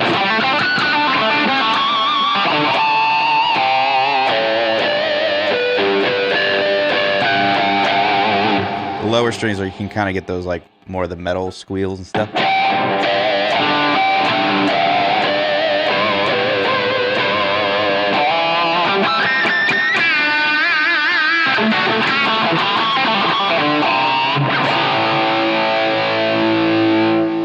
Can I do more Lincoln Brewster fill? Fill. Trying to think of what you mean by a Lincoln Brewster fill. You mean like a lick?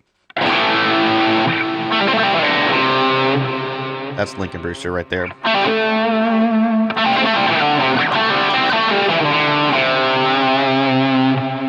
Or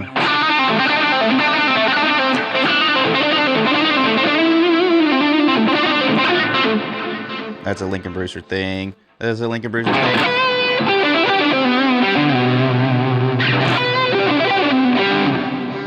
Obviously, there's a lot of distortion on it, but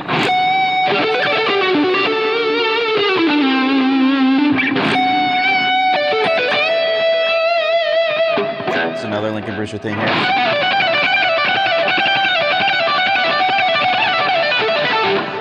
But then you start getting into Eric Johnson there.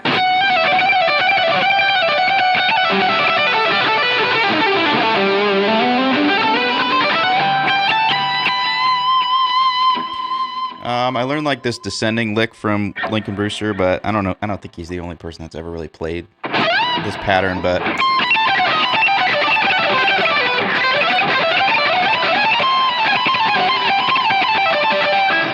it's kind of those top 2-string descending things. Somebody asked to play the So Good thing. That's kind of the same thing as Lincoln Brewster, his Everlasting God thing.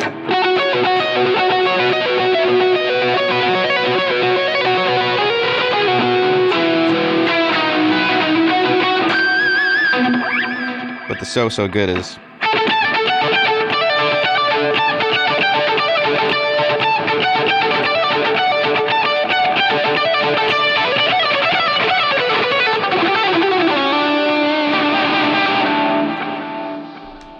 okay. I'm ready to finish this here. Let's do it.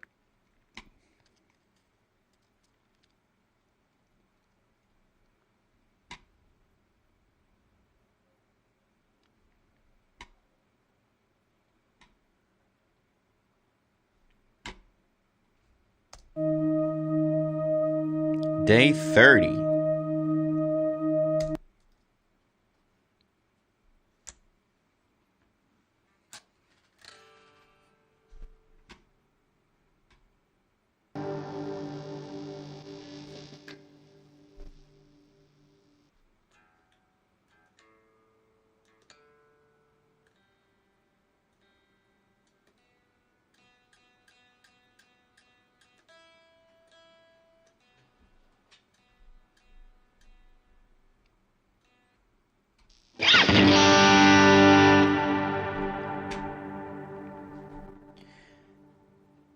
All right, so we are in E flat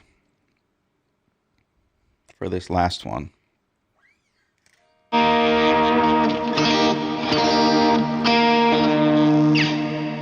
Should probably put the capo on all the way.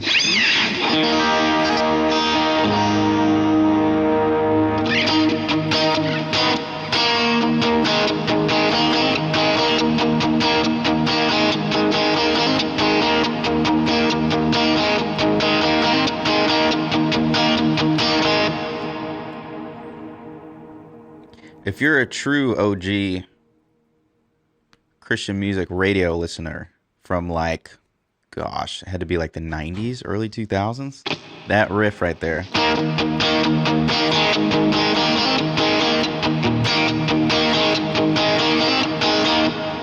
If you could tell me what song that is, you get a gold star.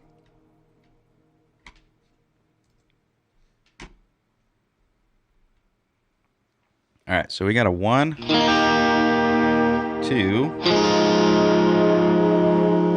a 5 over 7, flat 7. No, that's a major 6. That's a flat 7. 4, 7, 6. 2. Flat 3 would be, and a 5.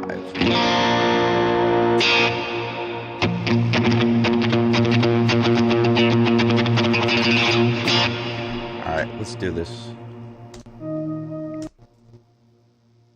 Oops.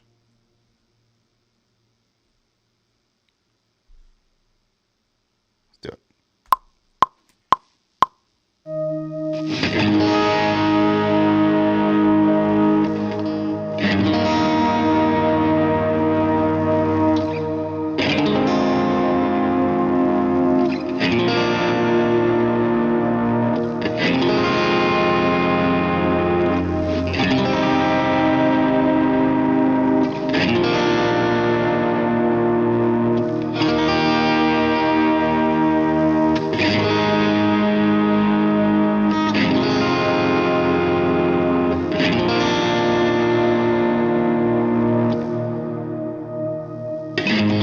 Oh, my bad. I'm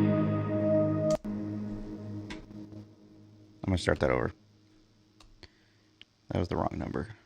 Still.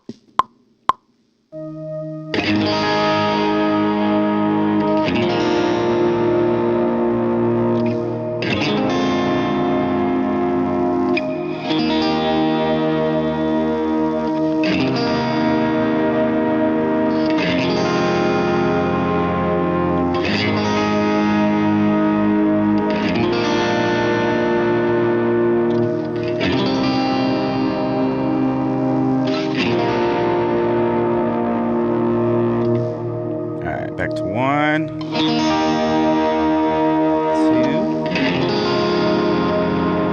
five over 7, flat 7, 4, 7, 6, 2,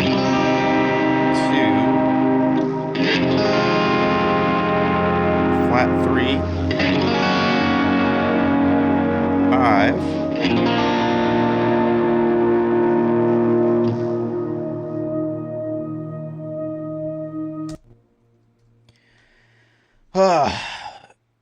day 30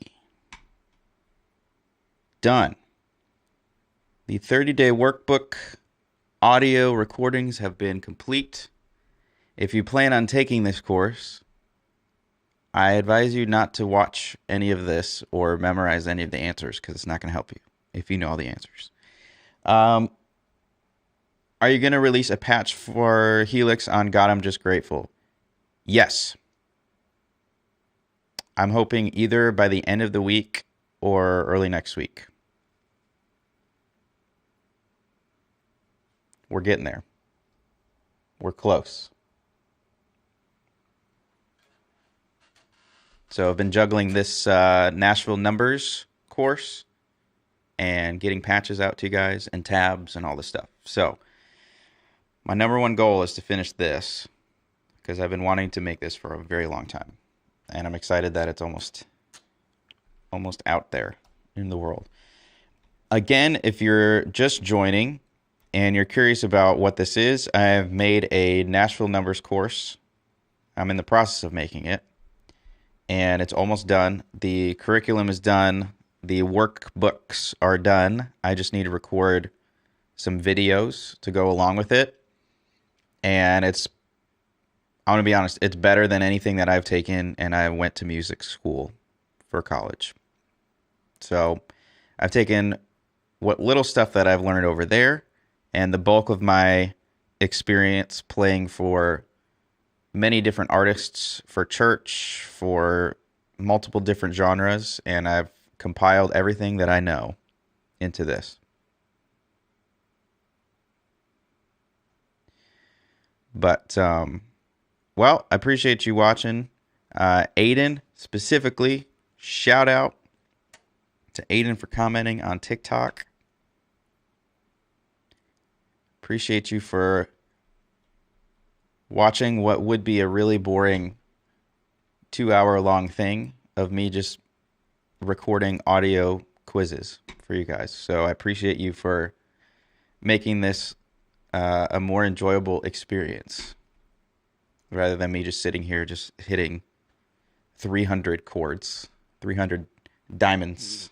So, yeah, if you're curious about this Nashville numbers course and where it's going to be, I'm going to be uploading it specifically to the Worship Guitar group. So if you're on TikTok or Instagram, you can find that through the bio, or if you're on Facebook or YouTube, that link is in the description. We already have a ton of stuff over there right now. I think we've got over 170 people in there. We've got the speed course that I made, and that's done in there. The lick library, a bunch of different licks. I'm just over time going to be adding licks that either I write or from somewhere else, licks that I've learned over the years from other guitar players to help you learn more about the guitar. And also, like, all of the tabs, song tabs, everything that I've made is in there. As far as transposing in every key. I went and transposed every song that I created. And yeah, it's an overall fun time. We have hangouts regularly once a week. So if you guys are curious about that, you can get access to all of that right now and be the first one to know about the Nashville numbers course when I finish it. I'm really hoping to crank it out here in the next week or two and be done. So with that, does anybody have any final questions or thoughts? We made it.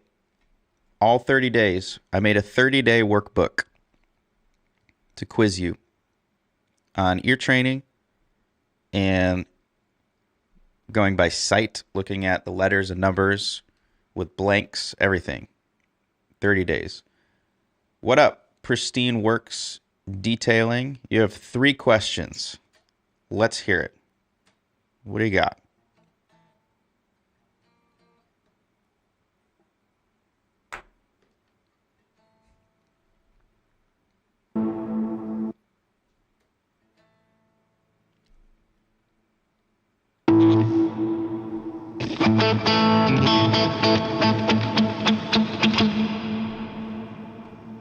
So much reverb.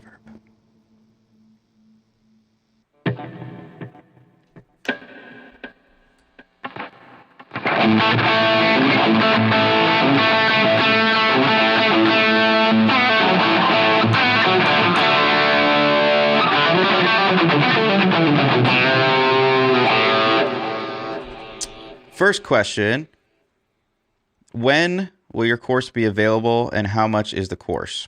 So here's how this works. I'm thinking the course will be available hopefully this week, if not next week. I need to record the video portions. I would like to record all of them today. We'll see how long it takes for me to edit those, but I'm usually pretty quick with that, with the editing process. How much am I thinking? So this is how the worship guitar group works. So there's 2 major tiers. There's the monthly and the yearly. The monthly right now, which will probably change, it's $6 a month to be a part of the worship guitar group.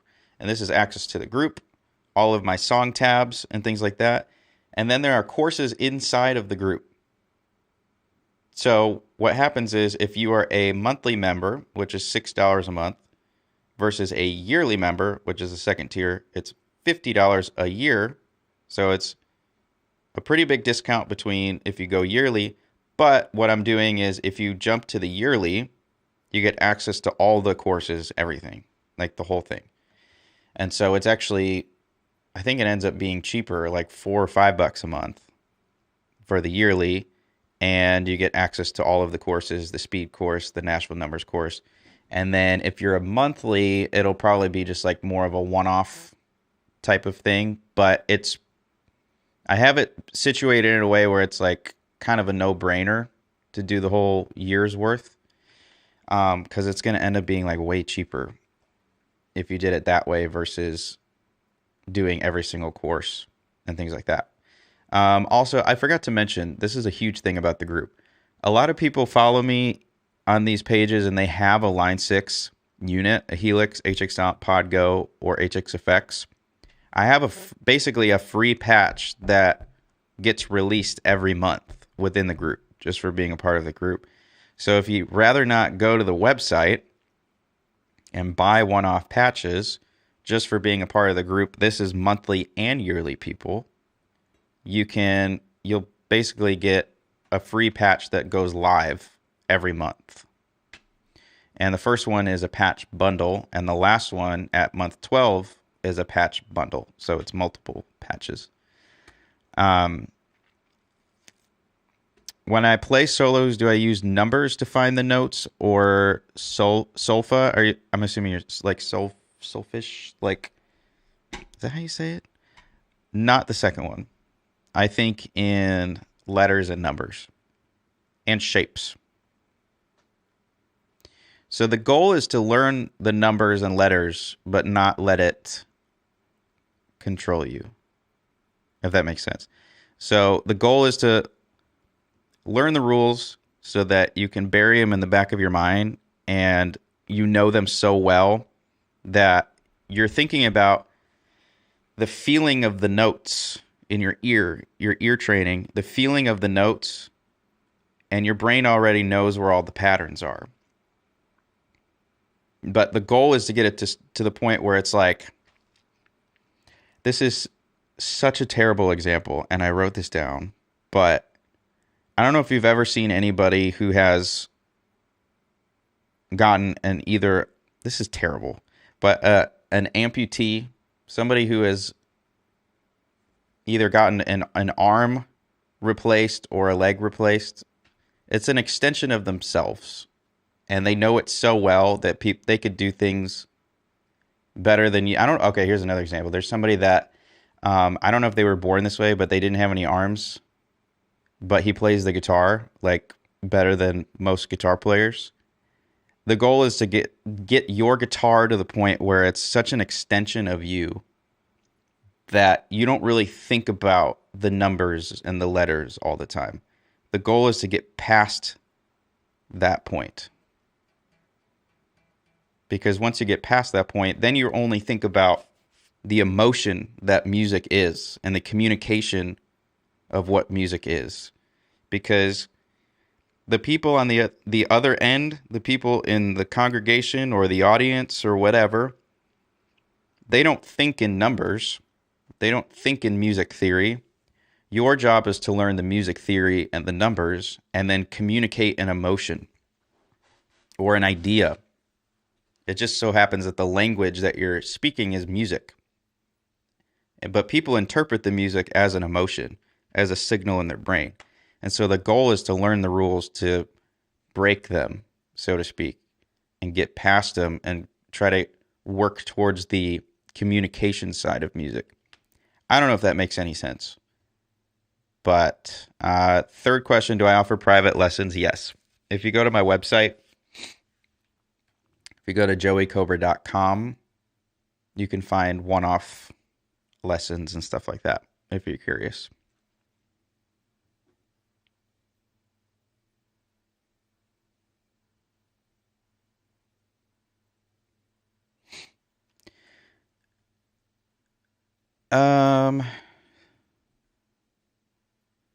What music theory do I need to know for lead guitar? First, you gotta just for sure learn the major and minor scale, which is it's essentially the same scale, but learn the fretboard in every key. And one of the things that is included in the group, and it's part of the Everything Lincoln Brewster course that I'm working on. One of the concepts that he talks about is breaking up the fretboard into zones. So instead of just like trying to learn everything at once, you learn 3 different zones on the fretboard that you can solo or play that covers the spectrum of all of the pitches that you could play. So you can cover the lowest part of the neck and get sound out of there. You can get the middle part and get sound out of there. And then the top part of the neck, you get sound out of there. So I recommend learning that in every key first.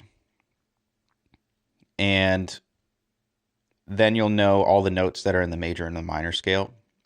And then you could really get off to the races. And then you can kind of learn music theory off of that. But either way, you're going to have to learn all the notes on the fretboard at some point. So you might as well start now. What is the picking technique that I use when I play fast? I think you're talking about alternate picking. I was talking about this with one of my guitar students, and technically I guess it's not right or wrong, but I play in a way where I prefer the downstroke. If I could downstroke until I can't, that's what I'd like to do, because I feel like I have more percussive control. I feel like I'm more of a very like percussive player. So I get to a point where I can play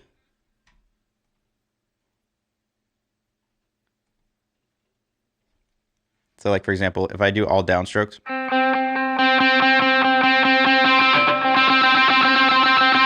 that's probably the fastest I can play as a downstroke before I switch over. Some people play really slowly with an alternate picking, like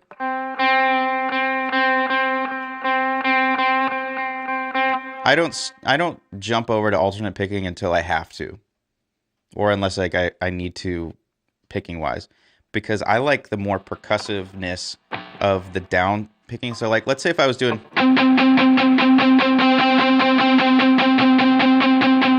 that's kind of more of a mid-range tempo. That's all downstrokes. I prefer to do it that way than.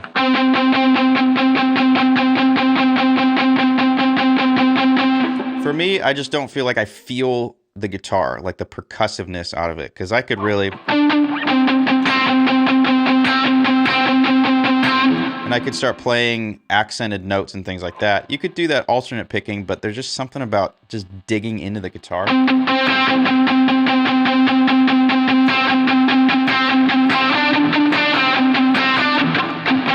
Because I could do it alternate.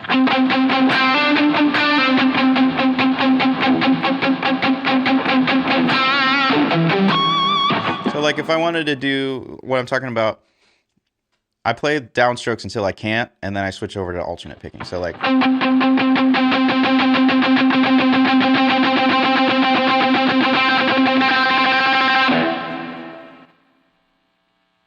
phone's losing power. Okay, so.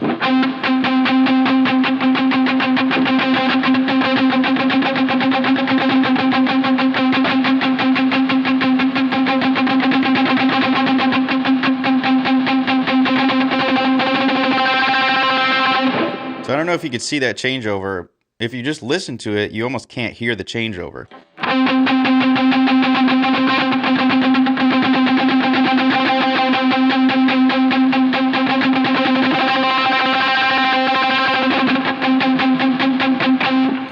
And then you could go off more than that too. So there's a couple different ways that I alternate pick, and it depends on the situation. And certain methods work better in different situations. So I don't know if you could see, technically, I don't know if this is right or wrong, but I kind of call this like a flutter pick, and there's not a whole lot of wrist movement at all. And so I can dig in on the lower strings and keep them muted. And it's like, it works really well for the higher strings.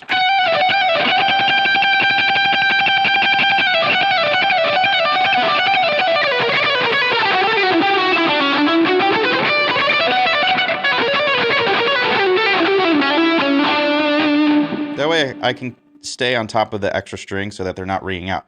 For example, another way of picking is if you look at Eddie Van Halen's playing, his wrist is like high off the strings, and so you're almost like, and it's kind of like Corey Wong. There's a Corey Wong style to it where you kind of get rid of your whole hand off the fretboard or off the strings, and you're using your wrist. Your hand is like almost limp.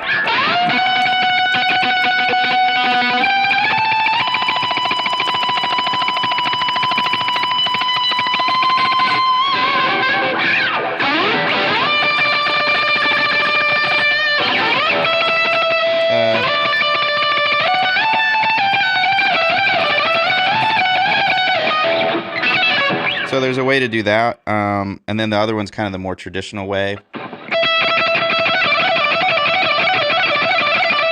I'm getting more of my wrist involved, but it's not as extreme as this, and it's not as minimal as...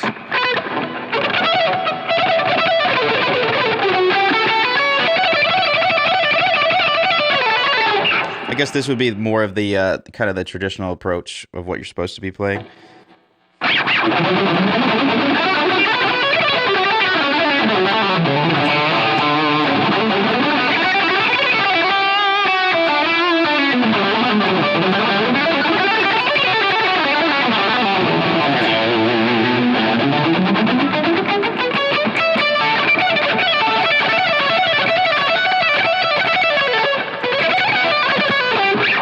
But the one thing that I like, I kind of have to adjust my hand a little bit to get to that phase where in my genre, we don't really play that way. So a lot of times if I'm going to play something quick, I have enough stamina with the original approach. Because it's really only licks that are that quick and they're over. You don't have a ton of stamina when you play it like this. So if you're going to play for a long period of time, then I recommend switching to a different approach, different picking pattern. Because you could play like this all day.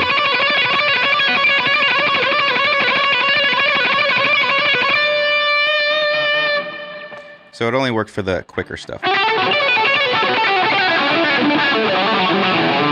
It helps that like if you play more of like a legato type of lick, which means you're not picking every single note, then it helps in your favor even more.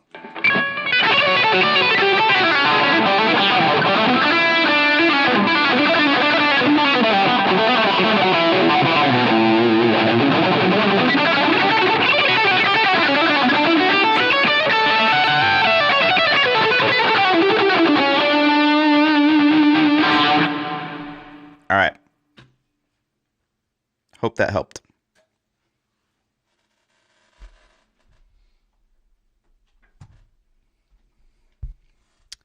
All right, we are 2 hours in. I am going to save my voice because I'm going to record all of the video elements for this Nashville numbers course. So I appreciate you guys watching, and we'll see you in the next live stream.